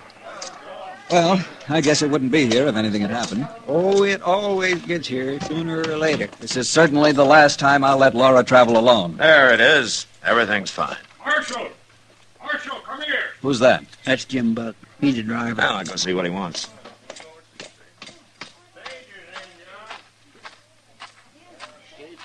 Marshal? What is it, Jim? Got held up, Marshal. What? Lost $50,000 in gold and... Where'd it happen?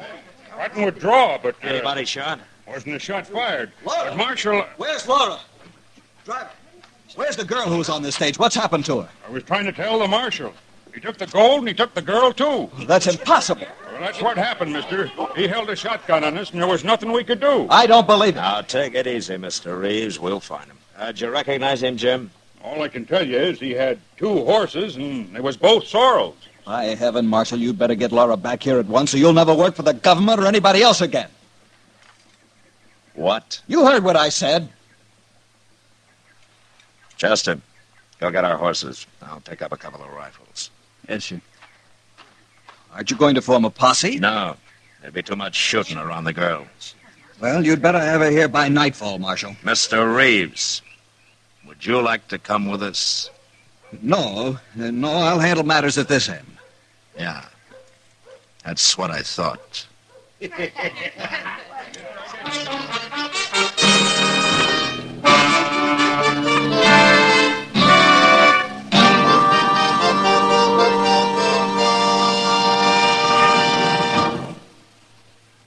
This is it, L&M Filters. It stands out from all the rest.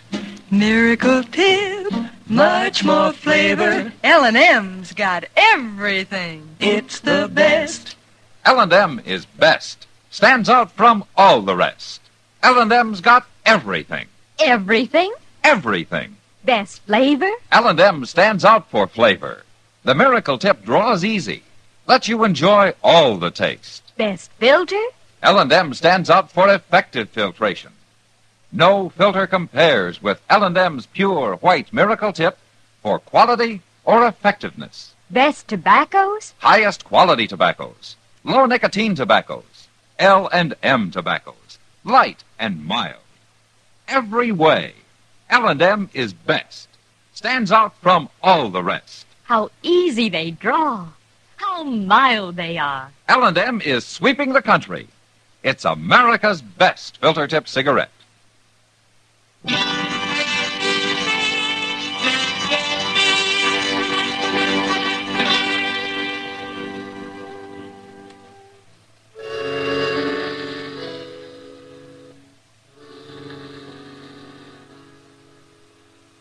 A blood-red sun was dropping over the edge of the prairie when Chester and I reached Cottonwood Draw and picked up their trail.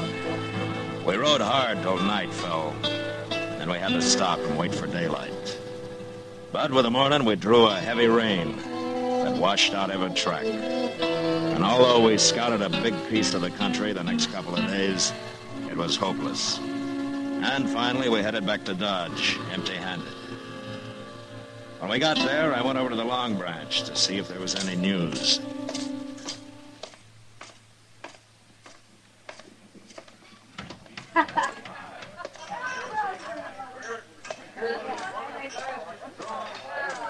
Welcome back, Matt. Well, how are you, Kitty?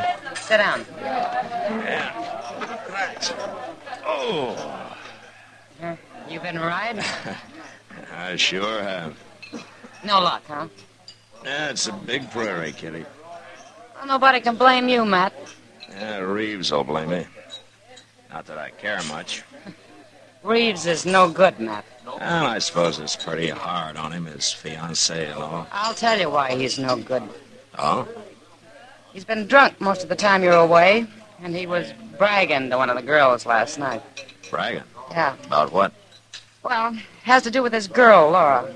Seems her father got into a business deal with Reeves up in Denver. And Reeves got him tied up good somehow and then threatened to ruin him. Oh? Oh, what happened? He didn't ruin him. He took Laura instead. Uh-huh. Well, maybe she likes him, Kitty. You think a girl's likely to be in love with a man who got her like that? Yeah, I guess you're right. Not much to bring her back to, is it? First, Reeves steals her, and then some outlaw steals her. That girl could learn to hate men. Yeah. Well, what are you going to do about it? Well, there's nothing I can do right now, Kitty. Just have to wait and see what turns up.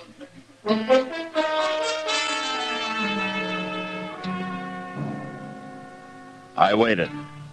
I waited a week. Reeves was drunk the whole time, telling everybody how he was going to fix me up good, but not doing much about it except to stay out of my way. Things were quiet otherwise. Chester and I spent most of the time in the office. Well, he sure did fool me, Mr. Dillon. What do you mean, Reeves? He seemed like such a nice fellow. And so rich. Yeah, he's rich, all right. But poor in spirit. Chester. Hmm? Have you been going to church again? Yes, sir. Last Sunday. Oh, yeah, I remember. It rained. Well, now, I like church, Mr. Dillon, but I hate to get all dressed up. Seems like it... Well, hello, Jim. Oh, Chester. Marshal. How's the stage business, Jim? Well, we ain't been held up lately. Oh, that's something. But the reason I come to see you, Marshal, is that I run into a fella back at the Rock Peak Station this morning. Rode in there from the south and mentions he'd seen a man and a woman on the way. Oh? They rode off as soon as they saw him, so he didn't get very close. But I asked him about it, and he was pretty sure their horses was the same color. Sorrel? That's what he said. I want to go with you, Marshal. What? Well, he told me where he saw them. I know right where it is. Besides, that woman's out there against her will. Well, sure, but it's not your job, Jim. Oh, I was driving the stage you took her off of, Marshal. Been on my mind something terrible. Ah. All right. Chester, you keep an eye on things here, huh? We'll be back in a few days, if we have any luck at all.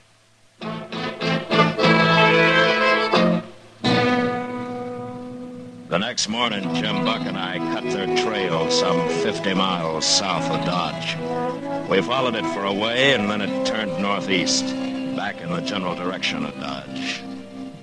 It was a hot, still day, and on the horizon there were occasional flashes of heat lightning. And then in the distance we saw the long, low cloud of yellow dust that meant cattle, a Texas herd trailing north. The outlaws' tracks led straight into it, and we soon pulled up beside a string of longhorns that stretched several miles each way. We'll have to find a leg and cut through them, Marshal. Yeah. All left there! What's he yelling about? I don't know. You ain't aiming to cross that herd, are you? You see anything of a man and a woman around here, mister? I ain't seen nothing but cattle and cowboys for 6 weeks. Well, we're standing on their trail. It leads right into your herd. I can't help that. Them cattle have been dry since yesterday morning. That Kansas heat lightning ain't exactly soothing to them. Nobody's riding through there. Look, mister, I'm a U.S. Marshal, and your herd's crossed the trail of an outlaw. Now, we've got to cut through here. No, you don't. You'll either have to wait or ride around the drag back there. It's only a mile or so. That outlaw's got a kidnapped woman with him, mister. He has? Well, I can't help that. I'm boss of this outfit, and I got 3,000 head of cattle here. They're too nervy now. Look at them. Yeah, they're moving pretty fast, all right. Too fast. And I sure can't risk you touching them off by riding through them. Yeah, I know. But I hate to lose the time. You got more time than I got cattle, Marshal. Well, I don't know about that, but I want a chance to stampede. All right, come on, Jim. I'll ride around the drag. Okay, Marshal. See you in Dodge, mister. The elephant cage is still running? Yeah, it is. I'm mostly on Texas money. Adios. Come on, Jim.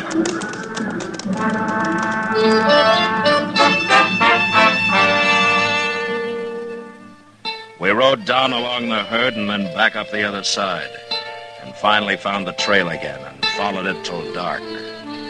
Next morning, we saw that the outlaw was still headed straight for Dodge, and all we could figure was that he must be new to the country and was just plain lost. By noon, we were inside of town, and soon after, we rode up Front Street and got down at the jail. Chester saw us and came running out. Mr. Dillon, we got them. They rode right in here early this morning. What? He give himself up? Yes, sir. I got him locked up, and the money's over at the bank. How's the girl, Chester? Oh, she's fine, Jim. A little tired, but fine. Oh, that's good. What's his story? Who is he? Says his name's Jack Fitz, and that's all he'll say. I swear I give up on him, Mr. Dillon. Maybe you can get something out of him. All right, I'll talk to him. And I want to see this Laura. Where is she? She's over at the Dodge house with Reeves. He made her go, but she sure didn't want to. Well, I'll talk to them later. Yes, sir.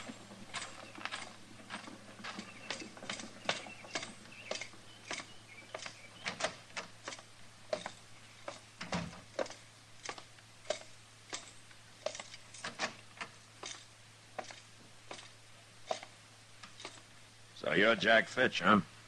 You're new around here, aren't you? You got anything to say, Marshal? Say it right out. All right. Why'd you give yourself up? Why do you care? You got the money back and... And what? Nothing. Marshal, I'm ready to serve my time. But I don't have to talk. Not for you, not for nobody else. Okay, Fitch. Have it your own way. Marshal? Yeah. I don't suppose you'd let me out of here long enough to kill Reeves, would you? Laura told you about him, huh? I wouldn't mind hanging.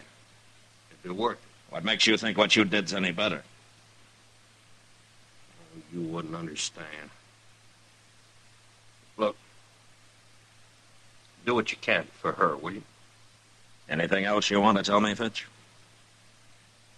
No, that's all.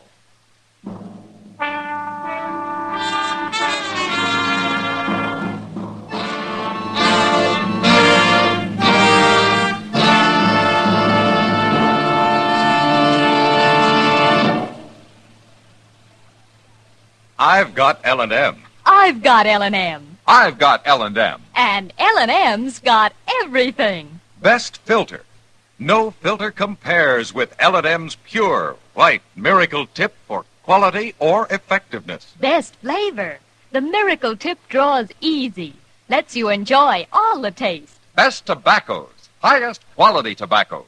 Low nicotine tobaccos. L&M tobaccos. Light and mild. Today, buy L&M. It's sweeping the country because it's America's best filter tip cigarette. Yes, today, why don't you get L&M? Because L&M's got everything. This is it, L&M filters. L&M's got everything. It's the best.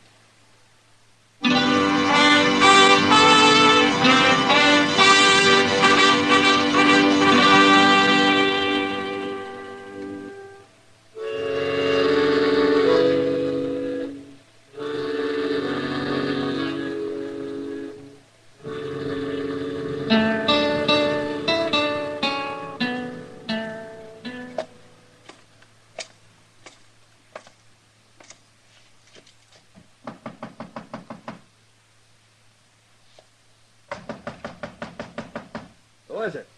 Matt Dillon. Some other time, Marshal.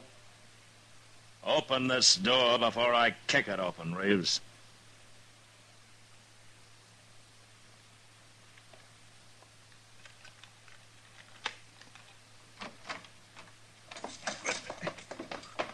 What do you want? Nothing from you.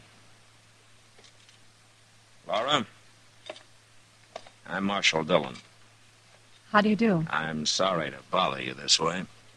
That's all right. It's about Jack Fitch. You want my help to put him in prison, is that right? Yeah, that's right. He gave himself up. He returned the money and me. Yeah, sure, but I'm going to need your testimony in court. Forget it, Marshal. It's all over. We're leaving Dodge on the next train. No. Don't tell me no. I said we're leaving. Reeves. What? Why don't you get out of here? Get out of here.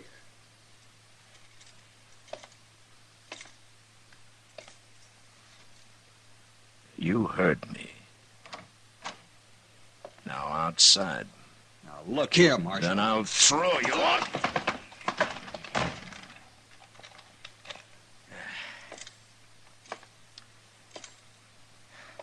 Look, Laura. Yes? Will it help if I tell you that I know about you and Reeves? About why you're going to marry him? I hate him. Why did Jack Fitch give himself up? He gave himself up because we decided we didn't want to be hunted down the rest of our lives. Well, that sounds like you were in on it with him. I never saw Jack Fitch before he held up that stage. No? Well, then I don't understand. It's very simple, Marshal. I love him. What? I love Jack Fitch. An outlaw who kidnapped you? I don't believe it. Don't you? No. Well, it's true. Marshal, Jack doesn't know why he took me with him. All he can figure is that he saw something he wanted and he took it. It's still kidnapping. Jack's been wild and he's done wrong, but he isn't evil. Like Reeves. Jack's going to straighten out with my help. He's already started. Look, Laura, maybe you're right. Maybe you'd be better off with Jack Fitch. But I'm a lawman, and I gotta hold him under arrest and get him up for trial. Now, what you do is your business. I'm afraid, Marshal. You don't know Frank Reeves. He'll kill me. He already said he would, and he means it. Unless you go on to St. Louis with him and marry him, huh? Yes. Oh, please, Marshal, you gotta help me. Well, I may be making a mistake, but you come on with me. Where? You'll see. All right.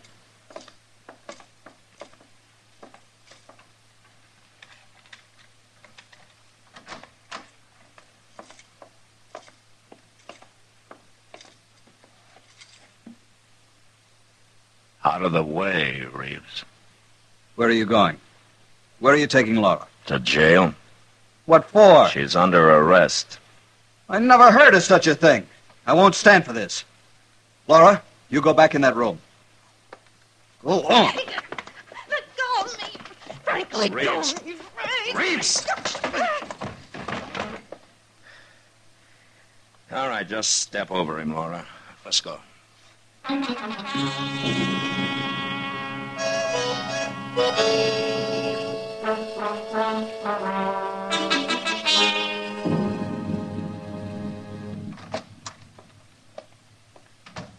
Mr. Dillon? Yeah, what is it, Chester? I just been over at the Alfraganza. So? It's that cussed Reeves. He's buying liquor for everybody, making a lot of talk. There's about 20 men with him now. Oh, what's he up to? Oh, he's got that crowd with him because they don't like the idea of you putting a woman in jail. They're getting all worked up about it, and Reeves about got 'em ready to come over here and bust her out. You better do something about it. Well, I could stand them off. I think I got a much better idea. What? Those horses still out back? Yes, sir. I was going to put them away later. I'll leave them. And you get back to the Alfraganza and stall those men as long as you can. Without getting killed. Yes, sir. I'll do it. Well, go on. Yes, sir. I'm going as fast as I can.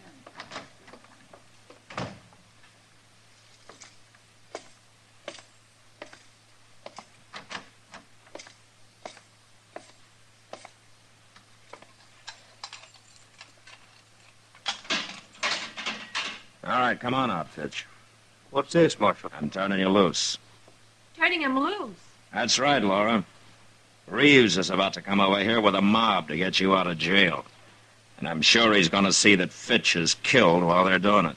Can't you stop them? Oh, why should he try to stop him? This way I'd go free. Jack, you're forgetting everything we talked about. No, I ain't, Laura. But if I don't have to stand trial, we got nothing to worry about. You don't understand, Fitch. Don't understand what? I'm turning you loose now to save your life, but you'll still be wanted. You'll have to stand trial someday. As soon as you give yourself up again, or as soon as somebody catches you. Oh. I was going to take you up to Hayes City for trial. I was going to take Laura there, too, as a witness. I told you I'd refuse to testify, Marshal. Well, the court can't make you, but they can hold you in contempt. All right, then I'll lie. That's worse. That's perjury. I thought you were going to help me, Marshal. I can't help you, Laura. Hey, wait. I've been thinking. Yeah. Marshal, they got a preacher in Hayes City? Well, they had the last time I was there, yeah. Well, no, it wouldn't work. What wouldn't? Well, I was thinking if you let Laura go with me, why, we could get married before I turned myself in, then she wouldn't have to testify. But... Jack? No, Laura, I can't do that. It looked like I was only trying to keep out of jail. And that ain't true. I want to marry you. Do you really, Jack? I've told you 100 times. Well, then what difference does it make when we get married? You men can be so stupid. Of course, that's the way we'll do it. Well, I guess that settles it, Fitch.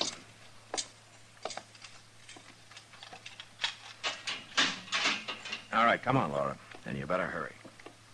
This is what you had in mind all the time, isn't it, Marshal? I'm a lawman, Laura, not a matchmaker. Seems to me you do both pretty well.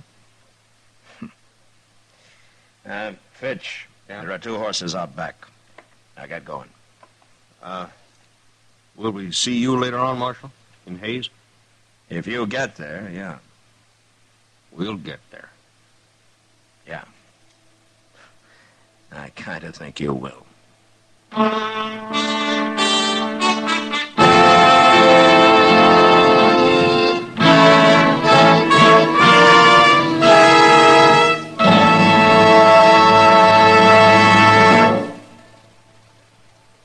And now our star, William Conrad. Thank you, George.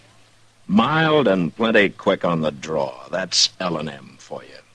And the pure white miracle tip on the business end of every L&M filters out everything but the taste of the world's finest tobaccos.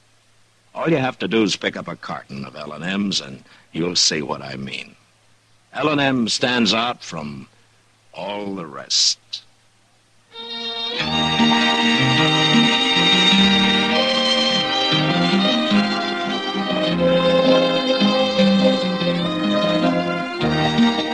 Gunsmoke, produced and directed by Norman MacDonald, stars William Conrad as Matt Dillon, U.S. Marshal.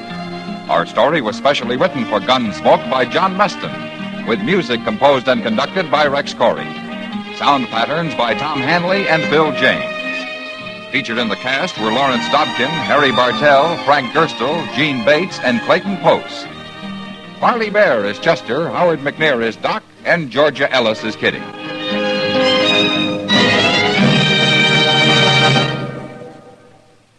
Put a smile in your smoking. Next time you buy cigarettes, stop. Remember, only Chesterfield is made the modern way with Accuray.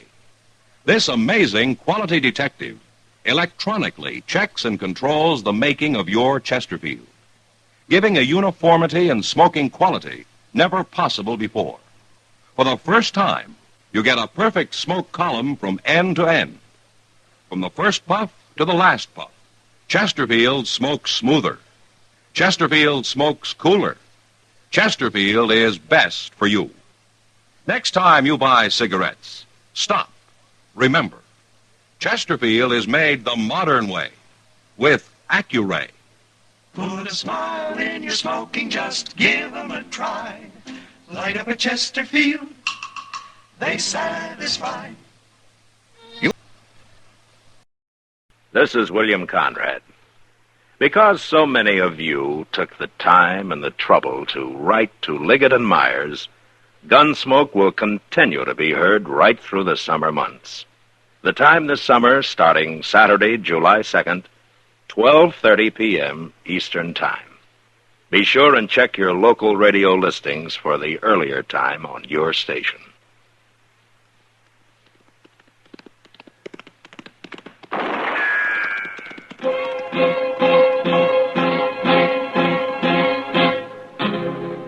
Gunsmoke, brought to you by L&M Filters.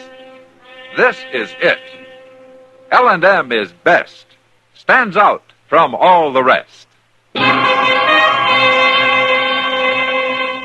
Around Dodge City and in the territory on West, there's just one way to handle the killers and the spoilers, and that's with a U.S. Marshal and the smell of Gunsmoke.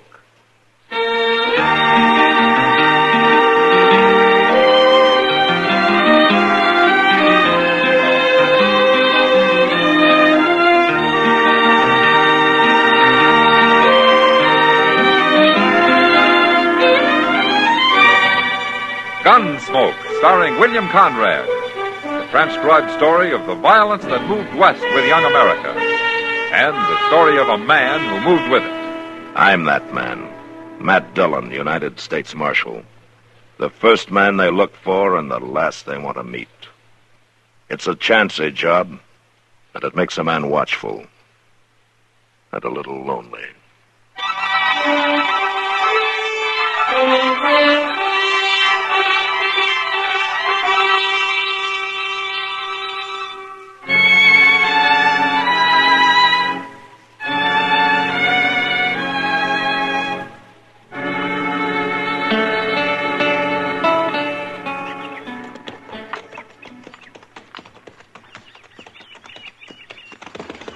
Oh, why don't you watch where you're putting your feet, you jug-headed old fool? Oh, what's the matter, Chester? Oh, this dang horse has tromped in every prairie dog hole since we left Cimarron. He'll break his leg yet. Oh, you should have brought your mare. That horse is getting too old. Maybe his eyes are going bad. My gracious, he ain't gone 12 yet. He's just pure ornery, that's all. You know, you've grumbled about that horse ever since you first got him. Why don't you sell it? There ain't nobody in heaven.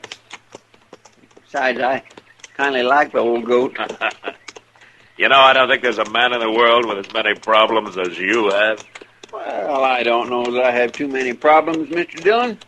For that matter, I don't really have none. It's just that my nerves are all tangled up. All right, Chester. Never mind. Yes, sir. Hey, Mr. Dillon, look yonder. There's a wagon, ain't it, over near that dry wash? Yeah, it is. That's a mighty poor place to make camp. Nobody would make camp in the middle of the day, and not unless there were some trees. Well, then why'd they stop? Some kind of trouble, maybe, huh? I will swing around that way and find out. Okay.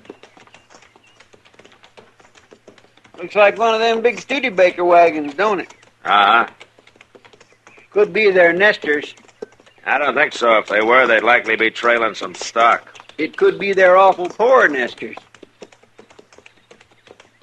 No, they got trouble right enough.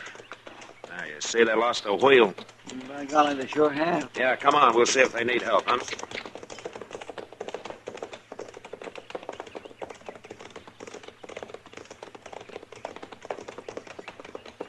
It's a man and woman, Mr. Dillon. Yeah. Hello. Hello. My name's Dillon. Seen you coming. We was holding that rifle. He must have thought we was Cheyenne. What happened to your wagon, mister? Cotter pin fell out. Let the wheel drop off. Uh-huh. You got anybody with you? Only my woman here. Well, resetting the wheel's no job for a woman. We can manage. That's a heavy job for one man. We'll give you a hand. He told you. We don't want no help. You're mighty unsociable for people with a busted wagon. Now, look, you mister, it's our trouble, and we'll take care of it. There ain't no need for you to bother yourself. You're from around Dodge, aren't you? Maybe. What's wrong with that? No, nothing, maybe. You ever been in the Army, mister? No. You know, I've been trying to place you ever since we rode up. We're just headed west to Homestead. A week or so back, an officer from Fort Dodge gave me a description that fits you mighty close. I don't know nothing about Fort Dodge. Could be your name is Cook, and you were stationed there with the 26th Cavalry. Mister, you got it all wrong. I don't think so. I'm putting you under civil arrest, Cook, for desertion. Shoot him, Jed. Shoot him. You lift that rifle 1 inch, Cook, and I'll put a bullet in you. All right, Chester. Yes, sir. Go get his rifle. Yes, sir. Jed. You stand back. I'll blow a hole in you. Get it, Chester. Give me that. You fool, Jed. I told you he was Marshal Dillon when I seen him riding up here. I heard you. Then why'n't you shoot him? I couldn't do that, then. Maybe you couldn't. But I sure could.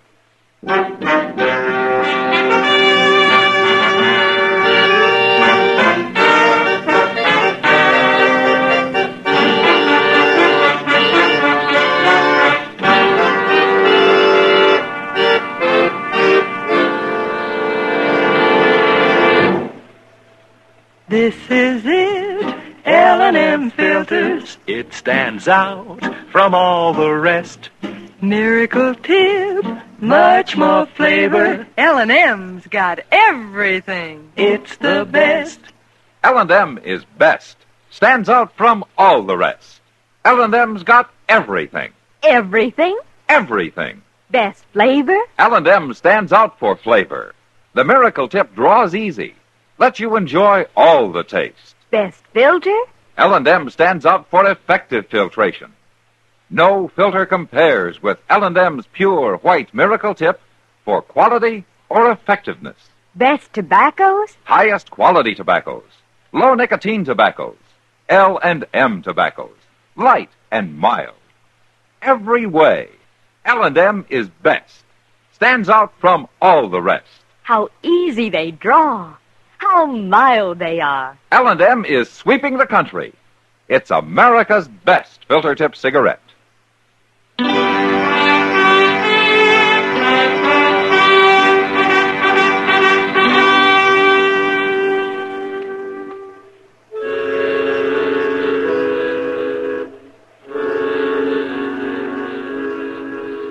All the way back to Dodge, Chester and I rode alongside the wagon while Jed and Della sat on the box staring down and talking quietly to each other. It was well past sundown by the time we found a place for Della to stay and put the wagon up at Moss Grimmick's stable. Later, I rode out to Fort Dodge with Jed Cook. It was nearly midnight by the time I turned him over to the officer of the day and signed the papers connected with the civil arrest of a soldier. Next morning, I was eating breakfast at Delmonico's when Kitty came in. Well, you're up early, Matt. Hello, Kitty. Hello. Why don't you sit down? Now, how about some coffee, huh? Yeah, thanks. Where's Chester? Don't tell me he's not hungry. No, he's down at Moss Grimmick's. The stable? What for? Well, he went down to give Moss some instructions about a wagon we brought in last night. A wagon? Yeah. Belonged to a man and a woman we picked up about 20 miles outside of Dodge yesterday. Deserter. Name's Jed Cook. Jed? Yeah. Do you know him? Well, sure I know him. Him and Della Masters both. They've been going to get married ever since Jed got transferred out here to the fort. Well, they'll have to wait a while now. Deserter, huh? What'll the Army do to him, Matt? Yeah, the war was still on. They'd shoot him. Oh, Matt. Well, that's the way the Army operates. Both seemed real nice. Jed came into town every chance he got. Never caused any fuss, just had a few drinks and spent the rest of his leave with Della. They've been planning awful hard and getting married. She especially, I think, Matt... Uh-oh. Marshal, I want to know what they're going to do with Jed. Well, he'll be court-martialed, Della. And then what? Then they'll sentence him. Rotten, stinking Army. He fought all through the war and then had 8 years of moving around. Pennsylvania, the Dakotas, Missouri, and now out here. A soldier can't pick his post, Della. What do they need Jed for? He's just another man. The Army's got lots of men. Maybe they don't see it that way. The Army ain't going to keep him. No matter what they say, they ain't going to keep him. He'll just bust out and we'll get married like we planned. And we'll still get to Colorado. You'll see, Marshal. Now, look, Della, why don't you come You with keep me? out of this, Kitty. I'll tell you something else, Marshal. There ain't nobody going to find us once he gets loose. We got a place we'll meet, and he'll wait there for me. He'll wait no matter how long before I get there. Della, Jed's an Army sergeant. He deserted, and he's got to be tried. Now, you know that. I don't know nothing of the sort. He knew what the consequences might be when he decided to desert. He just didn't plan on getting caught, that's all. You're the one who arrested him, Marshal. You're the one who caused all this trouble, and don't you forget it. 'Cause I sure ain't going to. There's a woman who speaks her mind.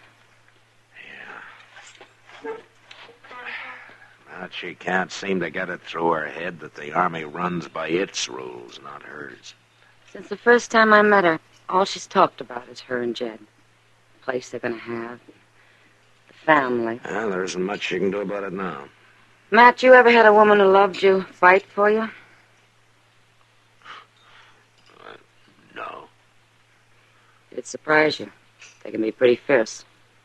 Yeah, I guess. Well, what are you going to do now? Nothing. Just wait till the court-martial. They said they'd want me to testify out there. And after that? And then I'm shut of the whole business.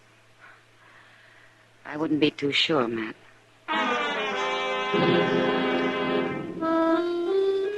A week later, Jed Cook was brought before a special court-martial at Fort Dodge, and I went out to testify as the arresting civil officer. I said my piece and left, somehow feeling a little sorry for him. From what I'd heard, he'd been a mighty good soldier before he deserted. And that's all I knew about it until one evening after supper, Doc and I were walking back towards my office. Mr. Dillon! Mr. Dillon!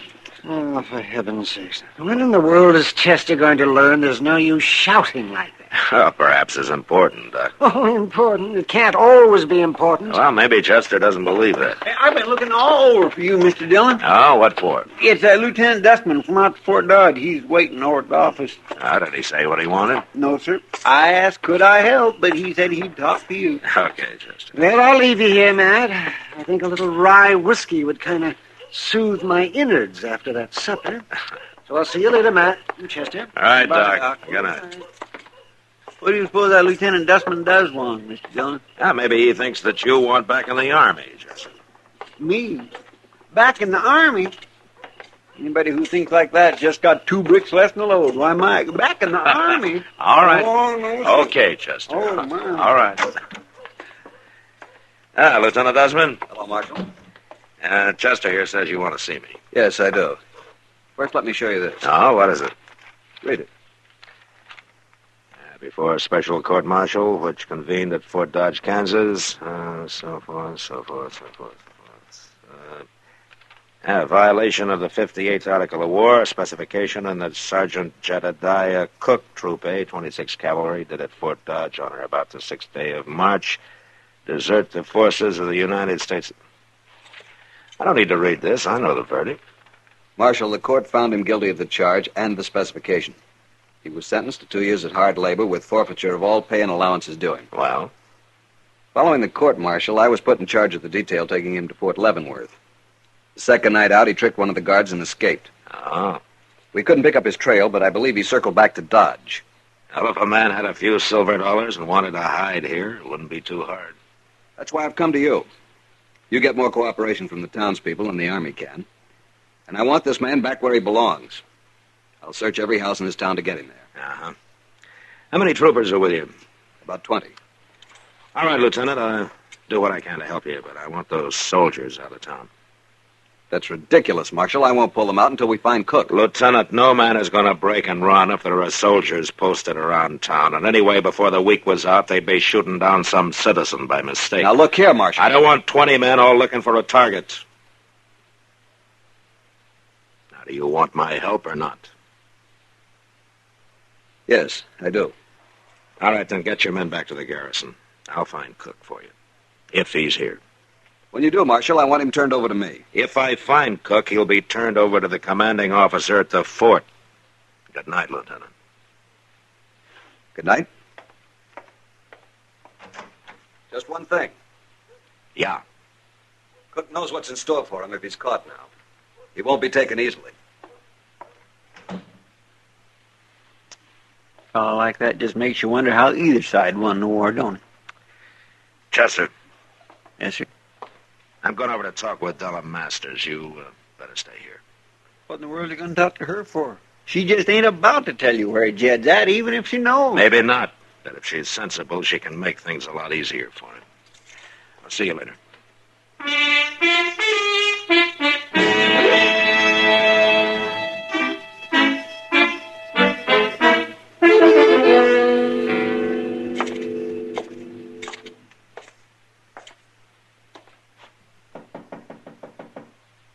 Who is it? Matt Dillon. Open the door, Dillon. I don't want to talk to you, Marshal. You're going to. What do you want? A couple of nights ago, Jed escaped from the soldiers who were taking him to Fort Leavenworth. Has he been here? Maybe he has. Now, look, Della, I got Lieutenant Dustman to agree to take his troopers out of the town, to take them back to the garrison. What difference does that make to me? It means that Jed could give himself up. Jed ain't going to give himself up to nobody. If Jed surrenders himself, the court won't be as hard on him as if the Army picks him up somewhere later. Look what they did to him before. Sent him off for 2 years hard Della, labor. don't you understand? I'm trying to help you. We don't need no help. Sooner or later, Jed's going to get caught. You can't run away forever. Once we get out into Colorado territory, there won't nobody find us. Della, when will you get it through your head that you can't fight the whole United States Army? Jed's done his share of soldiering. More than his share. We've been waiting to get married 2-3 years now, and I don't aim to wait no longer. Why are you sticking your nose in this anyway, Marshal? You ain't the Army. I'm paid by the government, Della. It's part of my job. Well, I'll tell you something, Marshal. You come sniffing around me and Jed, I'll shoot you. That's pretty foolish talk. No, it ain't.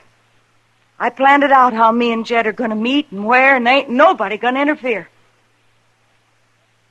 This was all your idea, wasn't it? What?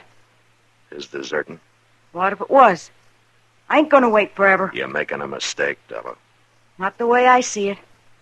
I just want my man and the life that goes with it. Besides, I know what's best for Jed and me. Maybe. We'll see. Now, Della, What? sooner or later I'm going to find Jed. I just hope nobody gets hurt.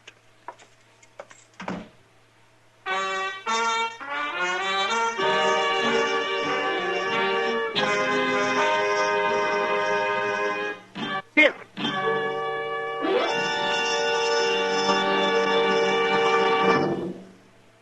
To the millions who smoke L&M.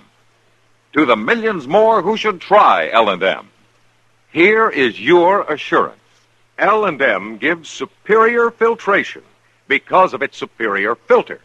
Superior taste because of L&M's superior tobaccos. Yes, L&M tobaccos are tasty, full of flavor, yet light and mild. Take a closer look at L&M's superior filter, the purest tip that ever touched your lips. It's white, all white, truly the miracle tip, because when it is added to L&M's superior tobacco, it actually tones up the taste, actually improves your enjoyment of this great cigarette. L&M's got everything. Superior taste, superior tobacco, superior filter. That's why it's America's best filter tip cigarette. Try L&M today.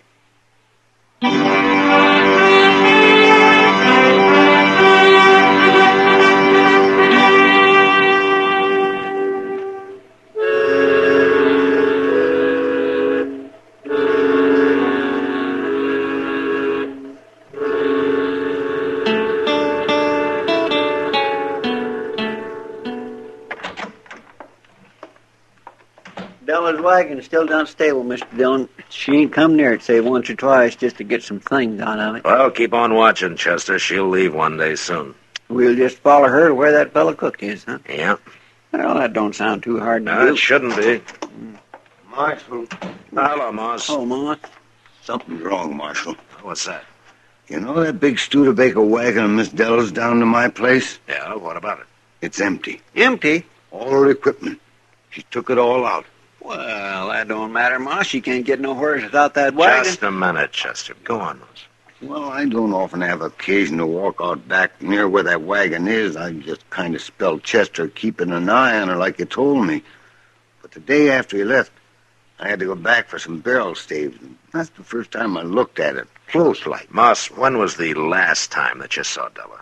2 nights ago. She was out back in a little spring wagon. Said she come by for some blankets out to Studebaker. And you say that she'd been by a couple of times before that, huh? Yes, sir. Well, she's outsmarted us. What do you mean, Mr. Dillon? We missed her. She got her stuff and headed out.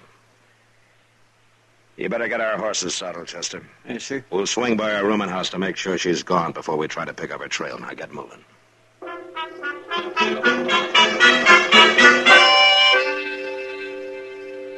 "20 minutes later, we checked the room where Della lived, and the landlady said that she left 2 days before. She didn't know where. I knew now that my only chance to find Jed Cook was to track Della the best I could. She couldn't travel fast driving a spring wagon cross-country, but tracking was still a chore. And the next evening about sundown, I realized that we'd lost her.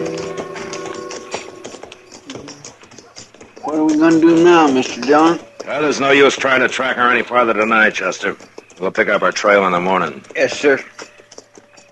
We'll camp in that cottonwood grove up ahead there, huh? If she should pass near here, why, she won't see her horses. Hey, Mr. Dillon? Yeah, what?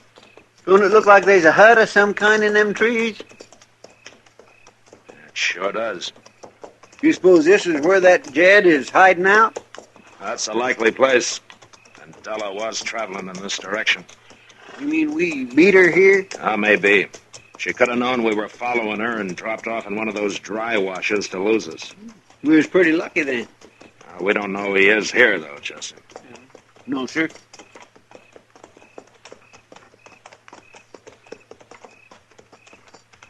All right, we better pull up.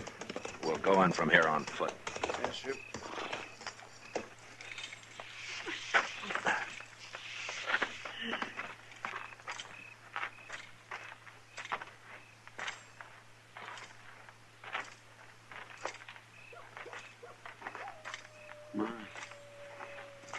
Sure is quiet. Heads up now. Yes, sir.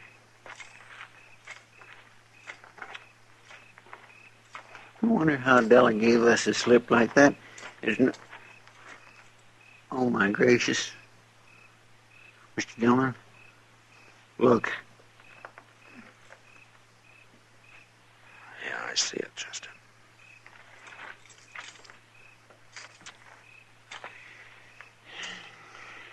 Well, I guess Jed Cook won't go back for trial now. No. You reckon it was Indians done that to him? Yeah. He's been tortured. He sure didn't have much chance. All by himself, did he? No, not much. Poor fellow. Hold it, Chester. There's somebody over there. It's Dillon, Mr. Dillon. Yeah. It was Injuns, Marshal. They hurt him. They hurt him real bad. But he was still alive when I got here 4 or 5 hours ago. He was lying right there where he is now. Didn't want nothing, not even water, except for me to talk to him.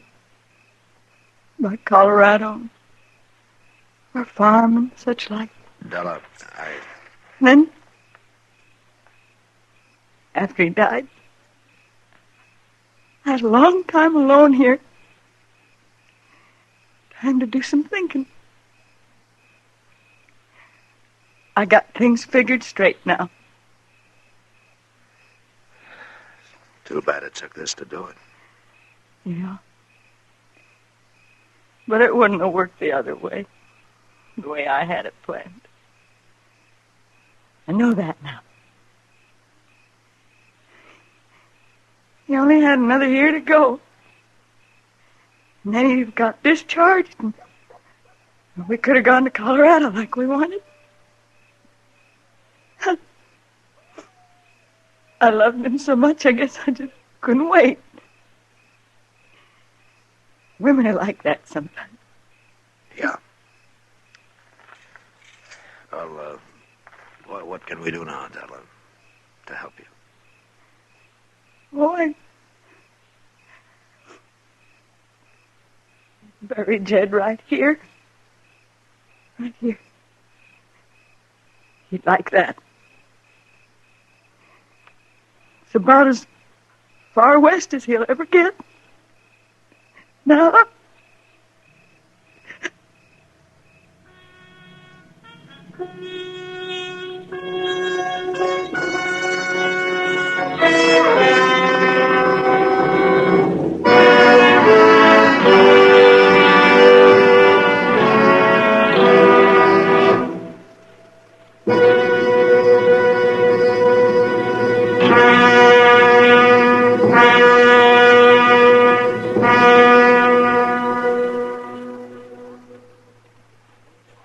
And now our star, William Conrad.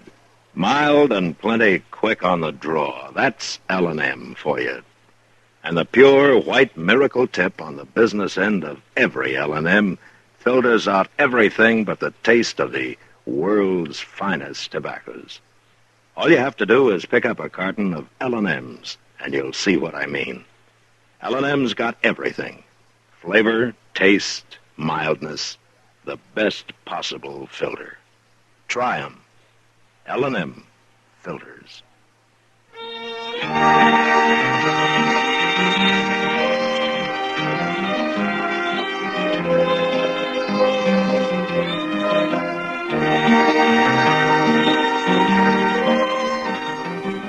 Gunsmoke, produced and directed by Norman McDonald, stars William Conrad as Matt Dillon, U.S. Marshal. The special music for Gunsmoke was composed and conducted by Rex Corey. Sound patterns by Tom Hanley and Bill James. Featured in the cast were Vivi Janis, Lawrence Dodkin, Harry Bartell, and Jim Nusser. Marley Bear is Chester, Howard McNear is Doc, and Georgia Ellis is Kitty.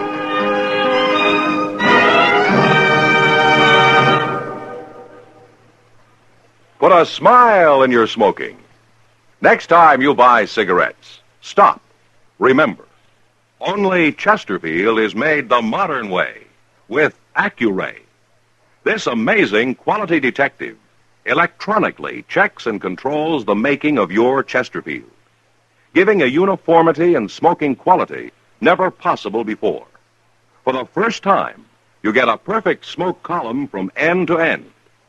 From the first puff to the last puff, Chesterfield smokes smoother. Chesterfield smokes cooler. Chesterfield is best for you. Next time you buy cigarettes, stop. Remember, Chesterfield is made the modern way with Accuray.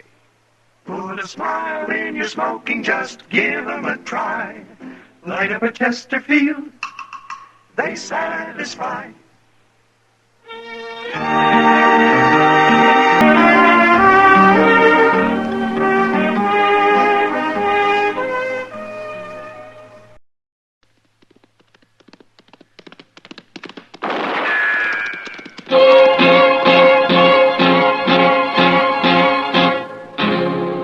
Gunsmoke, brought to you by L&M Filters.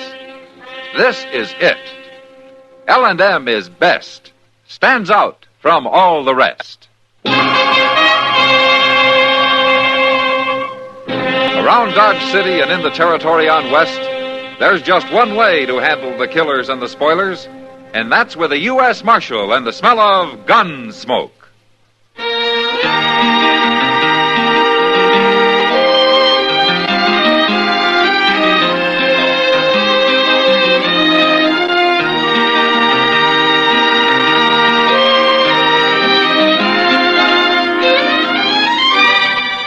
Gunsmoke, starring William Conrad. The transcribed story of the violence that moved west with young America. And the story of a man who moved with it. I'm that man, Matt Dillon, United States Marshal. The first man they look for and the last they want to meet. It's a chancy job, and it makes a man watchful and a little lonely.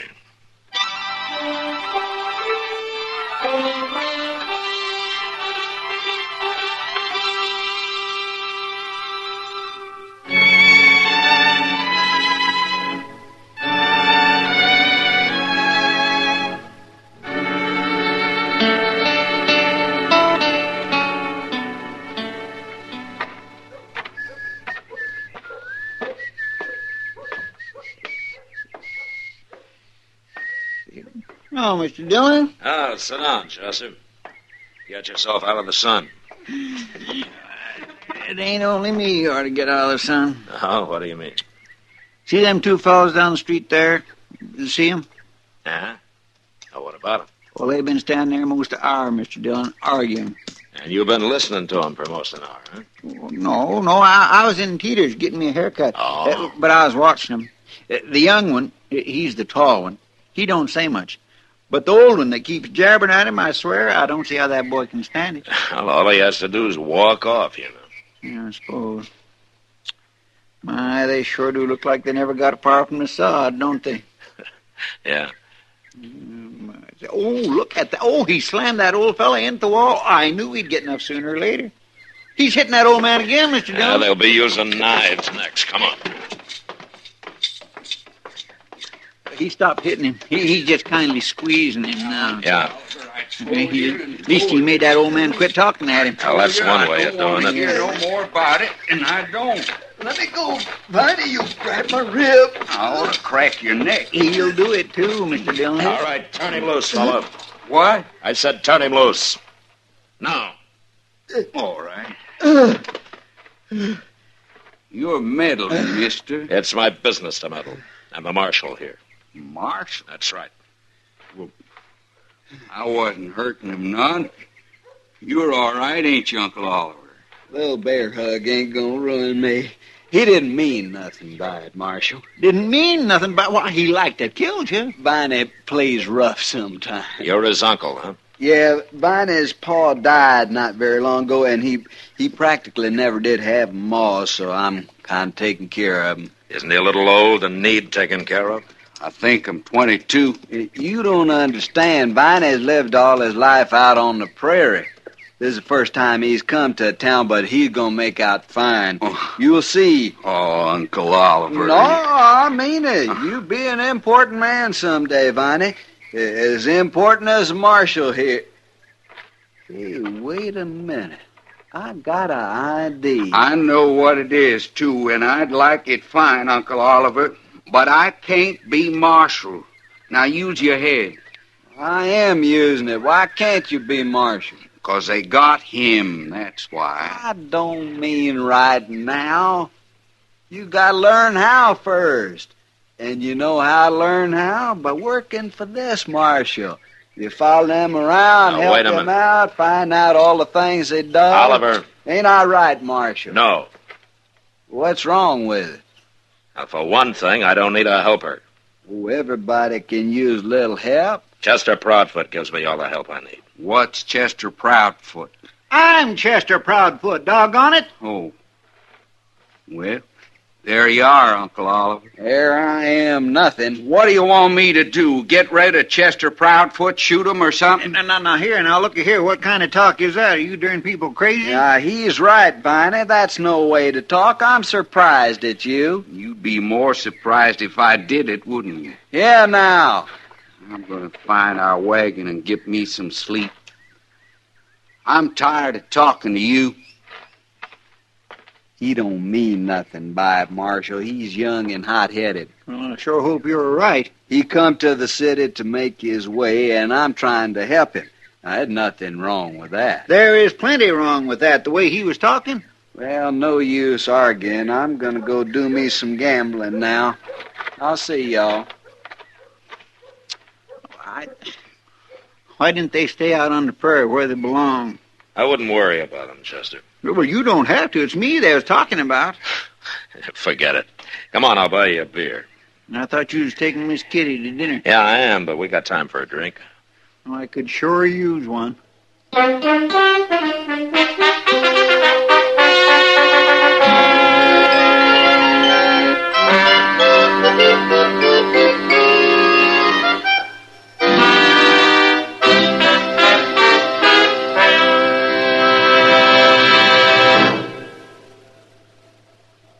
This is it, L&M filters. It stands out from all the rest. Miracle tip, much more flavor. L&M's got everything. It's the best. L&M is best. Stands out from all the rest. L&M's got everything. Everything? Everything. Best flavor? L&M stands out for flavor. The Miracle Tip draws easy. Lets you enjoy all the taste. Best filter? L&M stands out for effective filtration. No filter compares with L&M's pure white Miracle Tip for quality or effectiveness. Best tobaccos? Highest quality tobaccos. Low nicotine tobaccos. L&M tobaccos. Light and mild. Every way, L&M is best. Stands out from all the rest. How easy they draw. How mild they are. L&M is sweeping the country. It's America's best filter tip cigarette.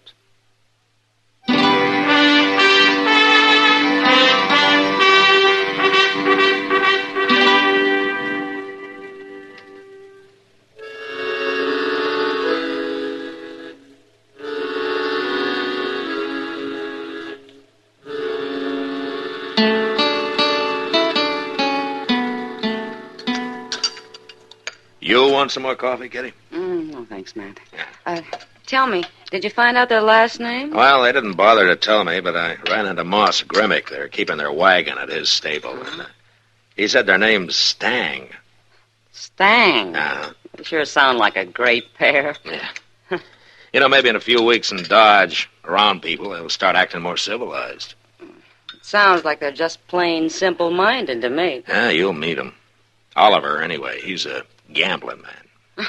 He is, huh? What's his game, mumbly peg? Yeah, he might surprise you, Kitty. Well, maybe. From what I've heard about him, he won't surprise any dealers I know. Uh-uh. Huh? What? You're about to meet Viney now.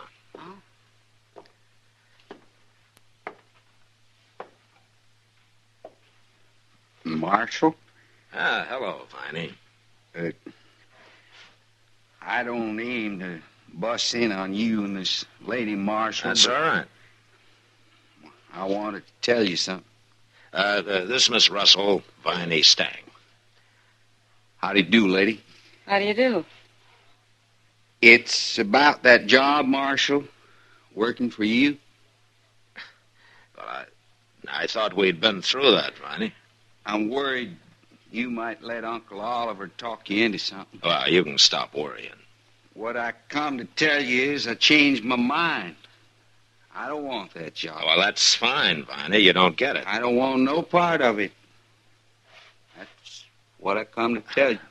Viney, you can quit worrying about the job. It isn't there. Now, why don't you go to work for some freighter or a stable or something, huh? I just might do that, Marshal. I've been thinking on it. Well, good, fine. Like I say, plumb sorry busting in on you this way. I'll be going. You didn't do him justice, Matt. It'd take two of him to be simple-minded. I'm not so sure, Kitty. What do you mean, Matt? Nobody could be as simple as Viney. Not even Viney.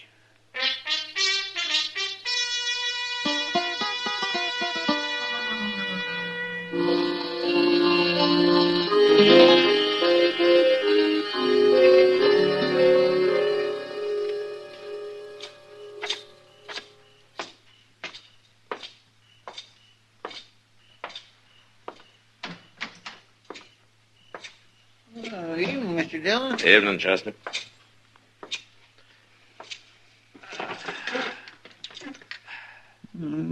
Things seems to be pretty quiet tonight. Yeah, that's why I came back to the office. There's nothing doing on the street. They say there's a big Texas herd arriving in a couple of days. Oh? About 5,000 head. Well, that ought to wake Dodge up. And keep it up. Yeah. I bet them cussed cowboys out there on the prairie right now figuring out some new way to tear this town apart. Yeah, they'd have to be pretty smart to do that. Yes, sir. Oh, I throwed the mail on your desk there, Mr. Dillon. No? Oh, yeah, I see it. Thanks. I'm going out back a minute. Okay.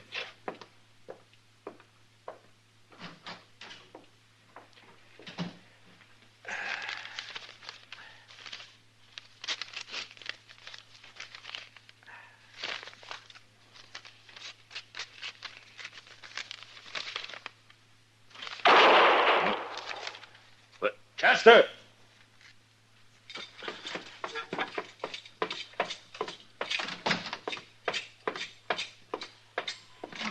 Chester! Hey, Chester! What's going on down there, Matt? What? Well, I don't know, Doc. You see Chester from up there? Oh, there's somebody lying in the high grass out there. Huh? Where? I'm pointing, Matt. Oh.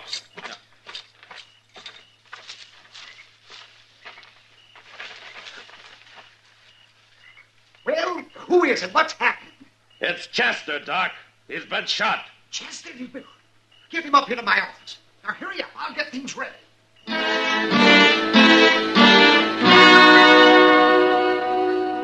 There was nothing to do but forget about the gunman and carry Chester up to Doc's.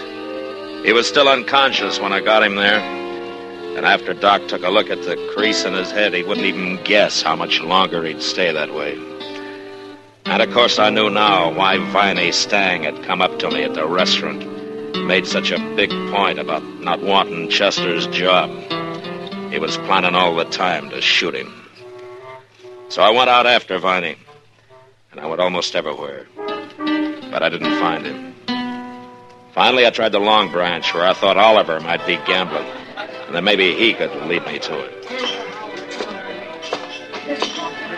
Evening, Matt. Hello, Kitty. You look like you're about to strike. I am. Anybody in particular? Viney Stang. Huh? He ambushed Chester a while ago. Oh, no. Matt, he didn't... Chester's still unconscious, Kitty, but Doc thinks he's going to pull through. Oh, you sure it was Viney did it? Sure enough to be looking for him. Last I saw him was in the restaurant. I thought Oliver might know something about him. Has he been in here? Well, he was till about an hour ago. He got sleepy. What? Well, that's what he said. He went out back, said he was going to have himself a nap. On the ground? Well, I'd be surprised if he ever slept in the bed. Yeah, you may be right. Well, he had supper out there, too. We quit the faro table and went to the bar and got some beer, and then he pulled some jerky out of his pocket and went out back to eat and sleep the whole thing off. Nothing's too good for Oliver. Well, I hope he won't mind my disturbing him. Matt, I'm going to go over to Doc's and see if there's anything I can do. Yeah, you tell him I'll be by later, huh? Yeah, all right.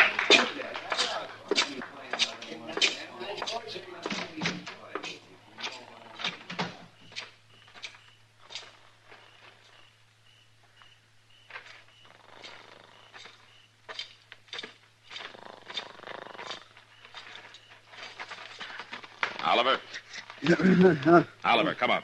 Wake up. Hello, Marshal. Wake up. I want to talk to you. Yeah, Come on. sure. I'm Wait. Come on. Gotta get a little sleep now and then. Where's Viney, Oliver? Viney?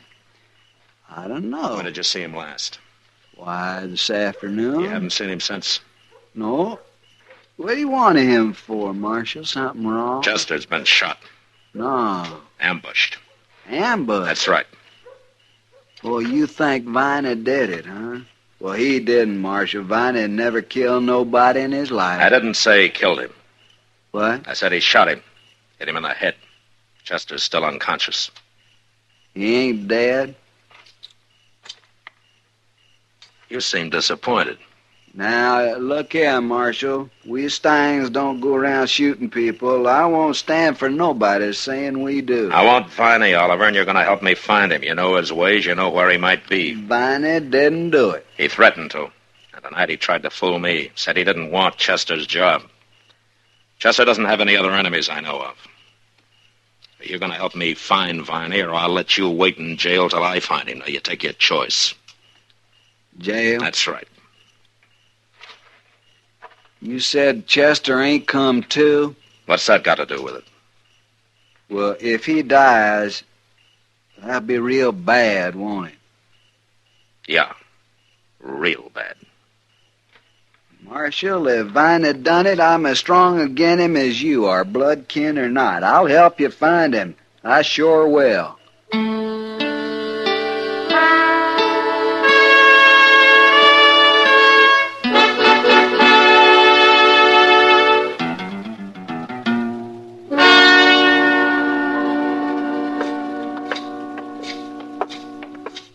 Well, look in the oasis here, Marshal.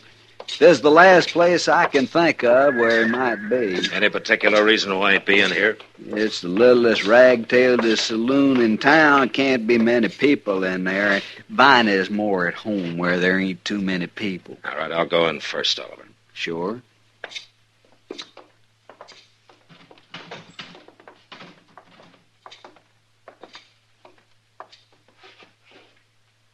Well, there's nobody here but the bartender. And he's asleep. Well, let's wake him up and ask him. No, it wouldn't do any good. They don't talk to the law in this place. Come on.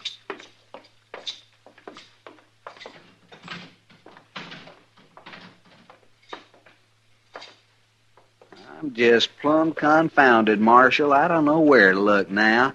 We've been everywhere that boy might be. Maybe. Well, you think of some place in. You think of it, Oliver. I'm going back and see how Chester's coming along. You talk like you don't believe me. I'll believe you when you find Viney.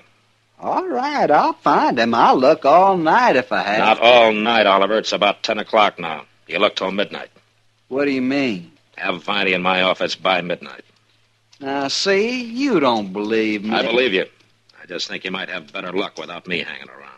If he did it, I want him caught bad as you do. I told you that. And if he didn't do it, he's probably got a good alibi. But you'll find him. And don't you run. track you down if it takes all year. Marshal, you're terrible wrong about me. I'll be waiting in my office, Oliver.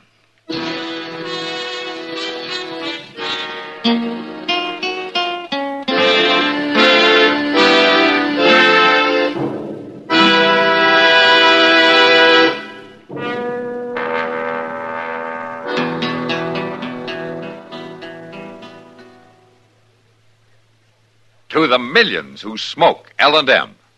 To the millions more who should try L&M. Here is your assurance. L&M gives superior filtration because of its superior filter.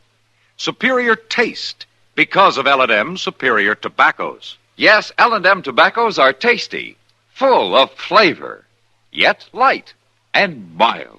So buy a pack of L&M's and take a good close look at L&M's superior filter, the purest tip that ever touched your lips.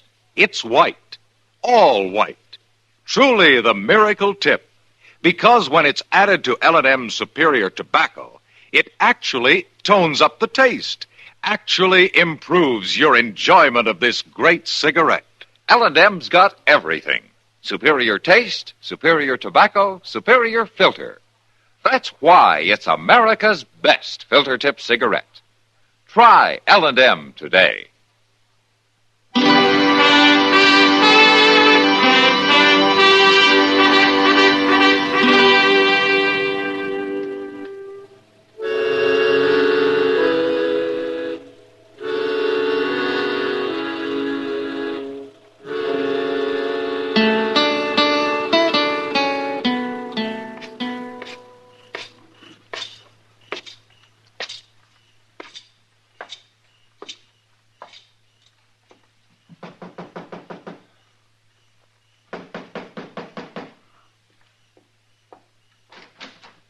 Oh, come in, Matt. Come in.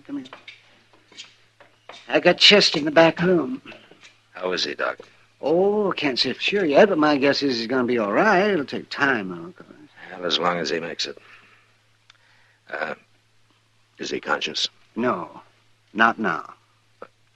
You mean he was? Well, he came to about a half an hour ago. He wasn't very clear, of course, but he was mumbling something. He got his eyes open for a few seconds. Didn't last long. He passed out right away again. Oh, what was he mumbling about? Did you catch any of it? Well, it was about the shooting. He saw who it was, Matt. He did? Mm-hmm. But he didn't get the name out. Viney's or anybody else's. Oh. I asked him, but he passed out again before he could say it. I don't suppose there's any way of telling how long it'll be before he comes around again. Huh? Oh, no. No way in the world. Might be in an hour and might not be for a day or two.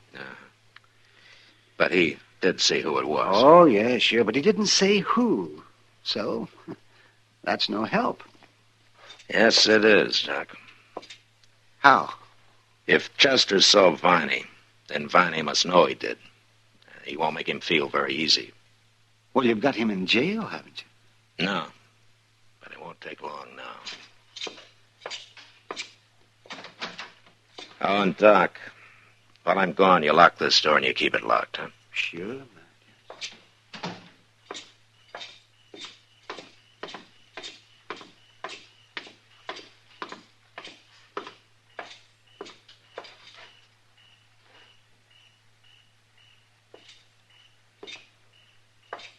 Hello, Oliver.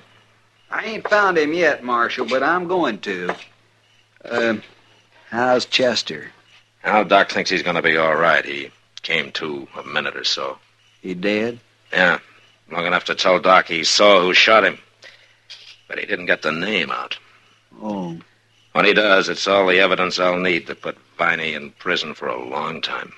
But there's one good thing. If Chester don't die, Viney don't hang. What I'm worried about is that he's bound to hear Chester's still alive and try to finish him off before he can talk. Marshal, I swear I'll run him down before he does anything like that. He's in bad enough trouble now. Yeah, the way things are, I'm not going to wait for you to do it alone.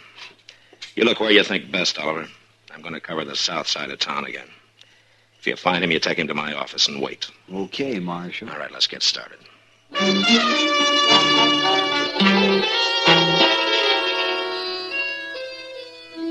As I left Oliver and walked down Front Street, I noticed a figure standing in the shadows directly across from where we'd been talking. I guessed it was Viney, but I couldn't be sure. And at the moment, it didn't matter much anyway. I walked on a ways. Then I ducked up an alley and ran around back to the rear of Doc's place. A handful of pebbles brought him to his window, and he lowered the fire rope for me, and I was soon inside. We pulled the rope up and locked the window, and then went into the front office to wait. The door's still locked, Matt. He can't get in. Yeah, you'll knock, Doc. When he does, you open the door fast and get behind it and stay there. Yes, I'll stay there, all right. Matt, are you sure Viney's coming up here? He's got to shut Chester up before it's too late, doesn't he? But he must know I'm here with Chester. Yeah, that's right, Doc. Oh, you mean he aims to walk in here and shoot me, too? You must be tired tonight, Doc. Oh.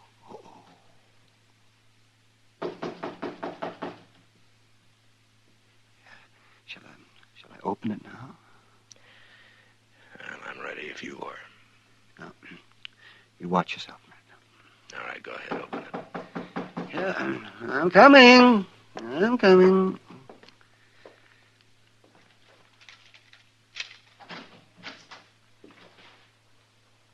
Doc, where are you? All right, drop it. No.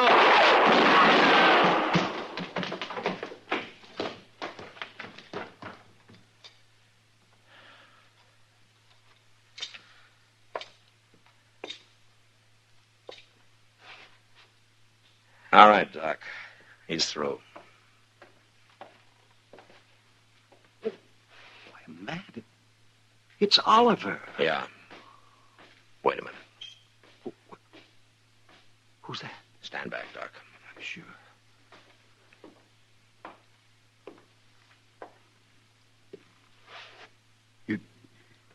You went and killed Uncle Oliver. I had to, Viney. Well, why didn't you wait? I'd have stopped him. Then why didn't you stop him downstairs? I couldn't get over there fast enough. Where have you been, Viney? Uncle Oliver told me to go wait for him by the river this evening, but I figured he was up to something. Then I heard about Chester, and I knew. I've been following him ever since. I was afraid to show myself. I thought you'd shoot me, Marshal, just like you shot him. I told you I had to shoot him. But he was only trying to help me like he promised Pa he would. He tried too hard. All I want is to go home. I didn't want Chester's job. I told you that. Don't you even remember? Yeah, I remember. But you forgot something, Viney. What? You forgot to tell your Uncle Oliver.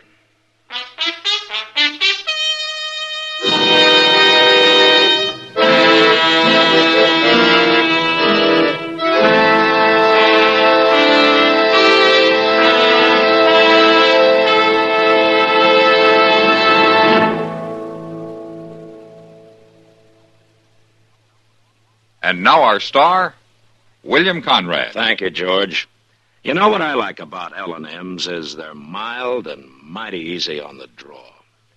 When you get right down to it, no filter stacks up with L&M's pure white miracle tip for quality or effectiveness. Darn good smoke. See for yourself. L&M stands out from all the rest.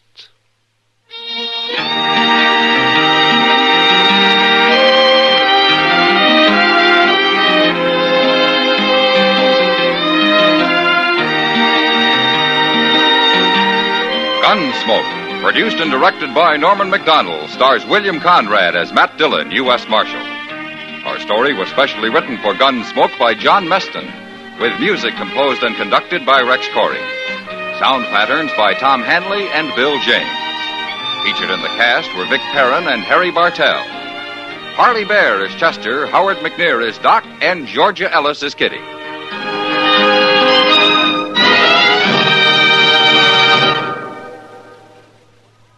Put a smile in your smoking. Next time you buy cigarettes, stop. Remember, only Chesterfield is made the modern way with Accuray. This amazing quality detective electronically checks and controls the making of your Chesterfield, giving a uniformity and smoking quality never possible before. For the first time, you get a perfect smoke column from end to end. From the first puff to the last puff, Chesterfield smokes smoother. Chesterfield smokes cooler. Chesterfield is best for you. Next time you buy cigarettes, stop. Remember, Chesterfield is made the modern way with Accuray. Put a smile in your smoking, just give 'em a try. Light up a Chesterfield, they satisfy.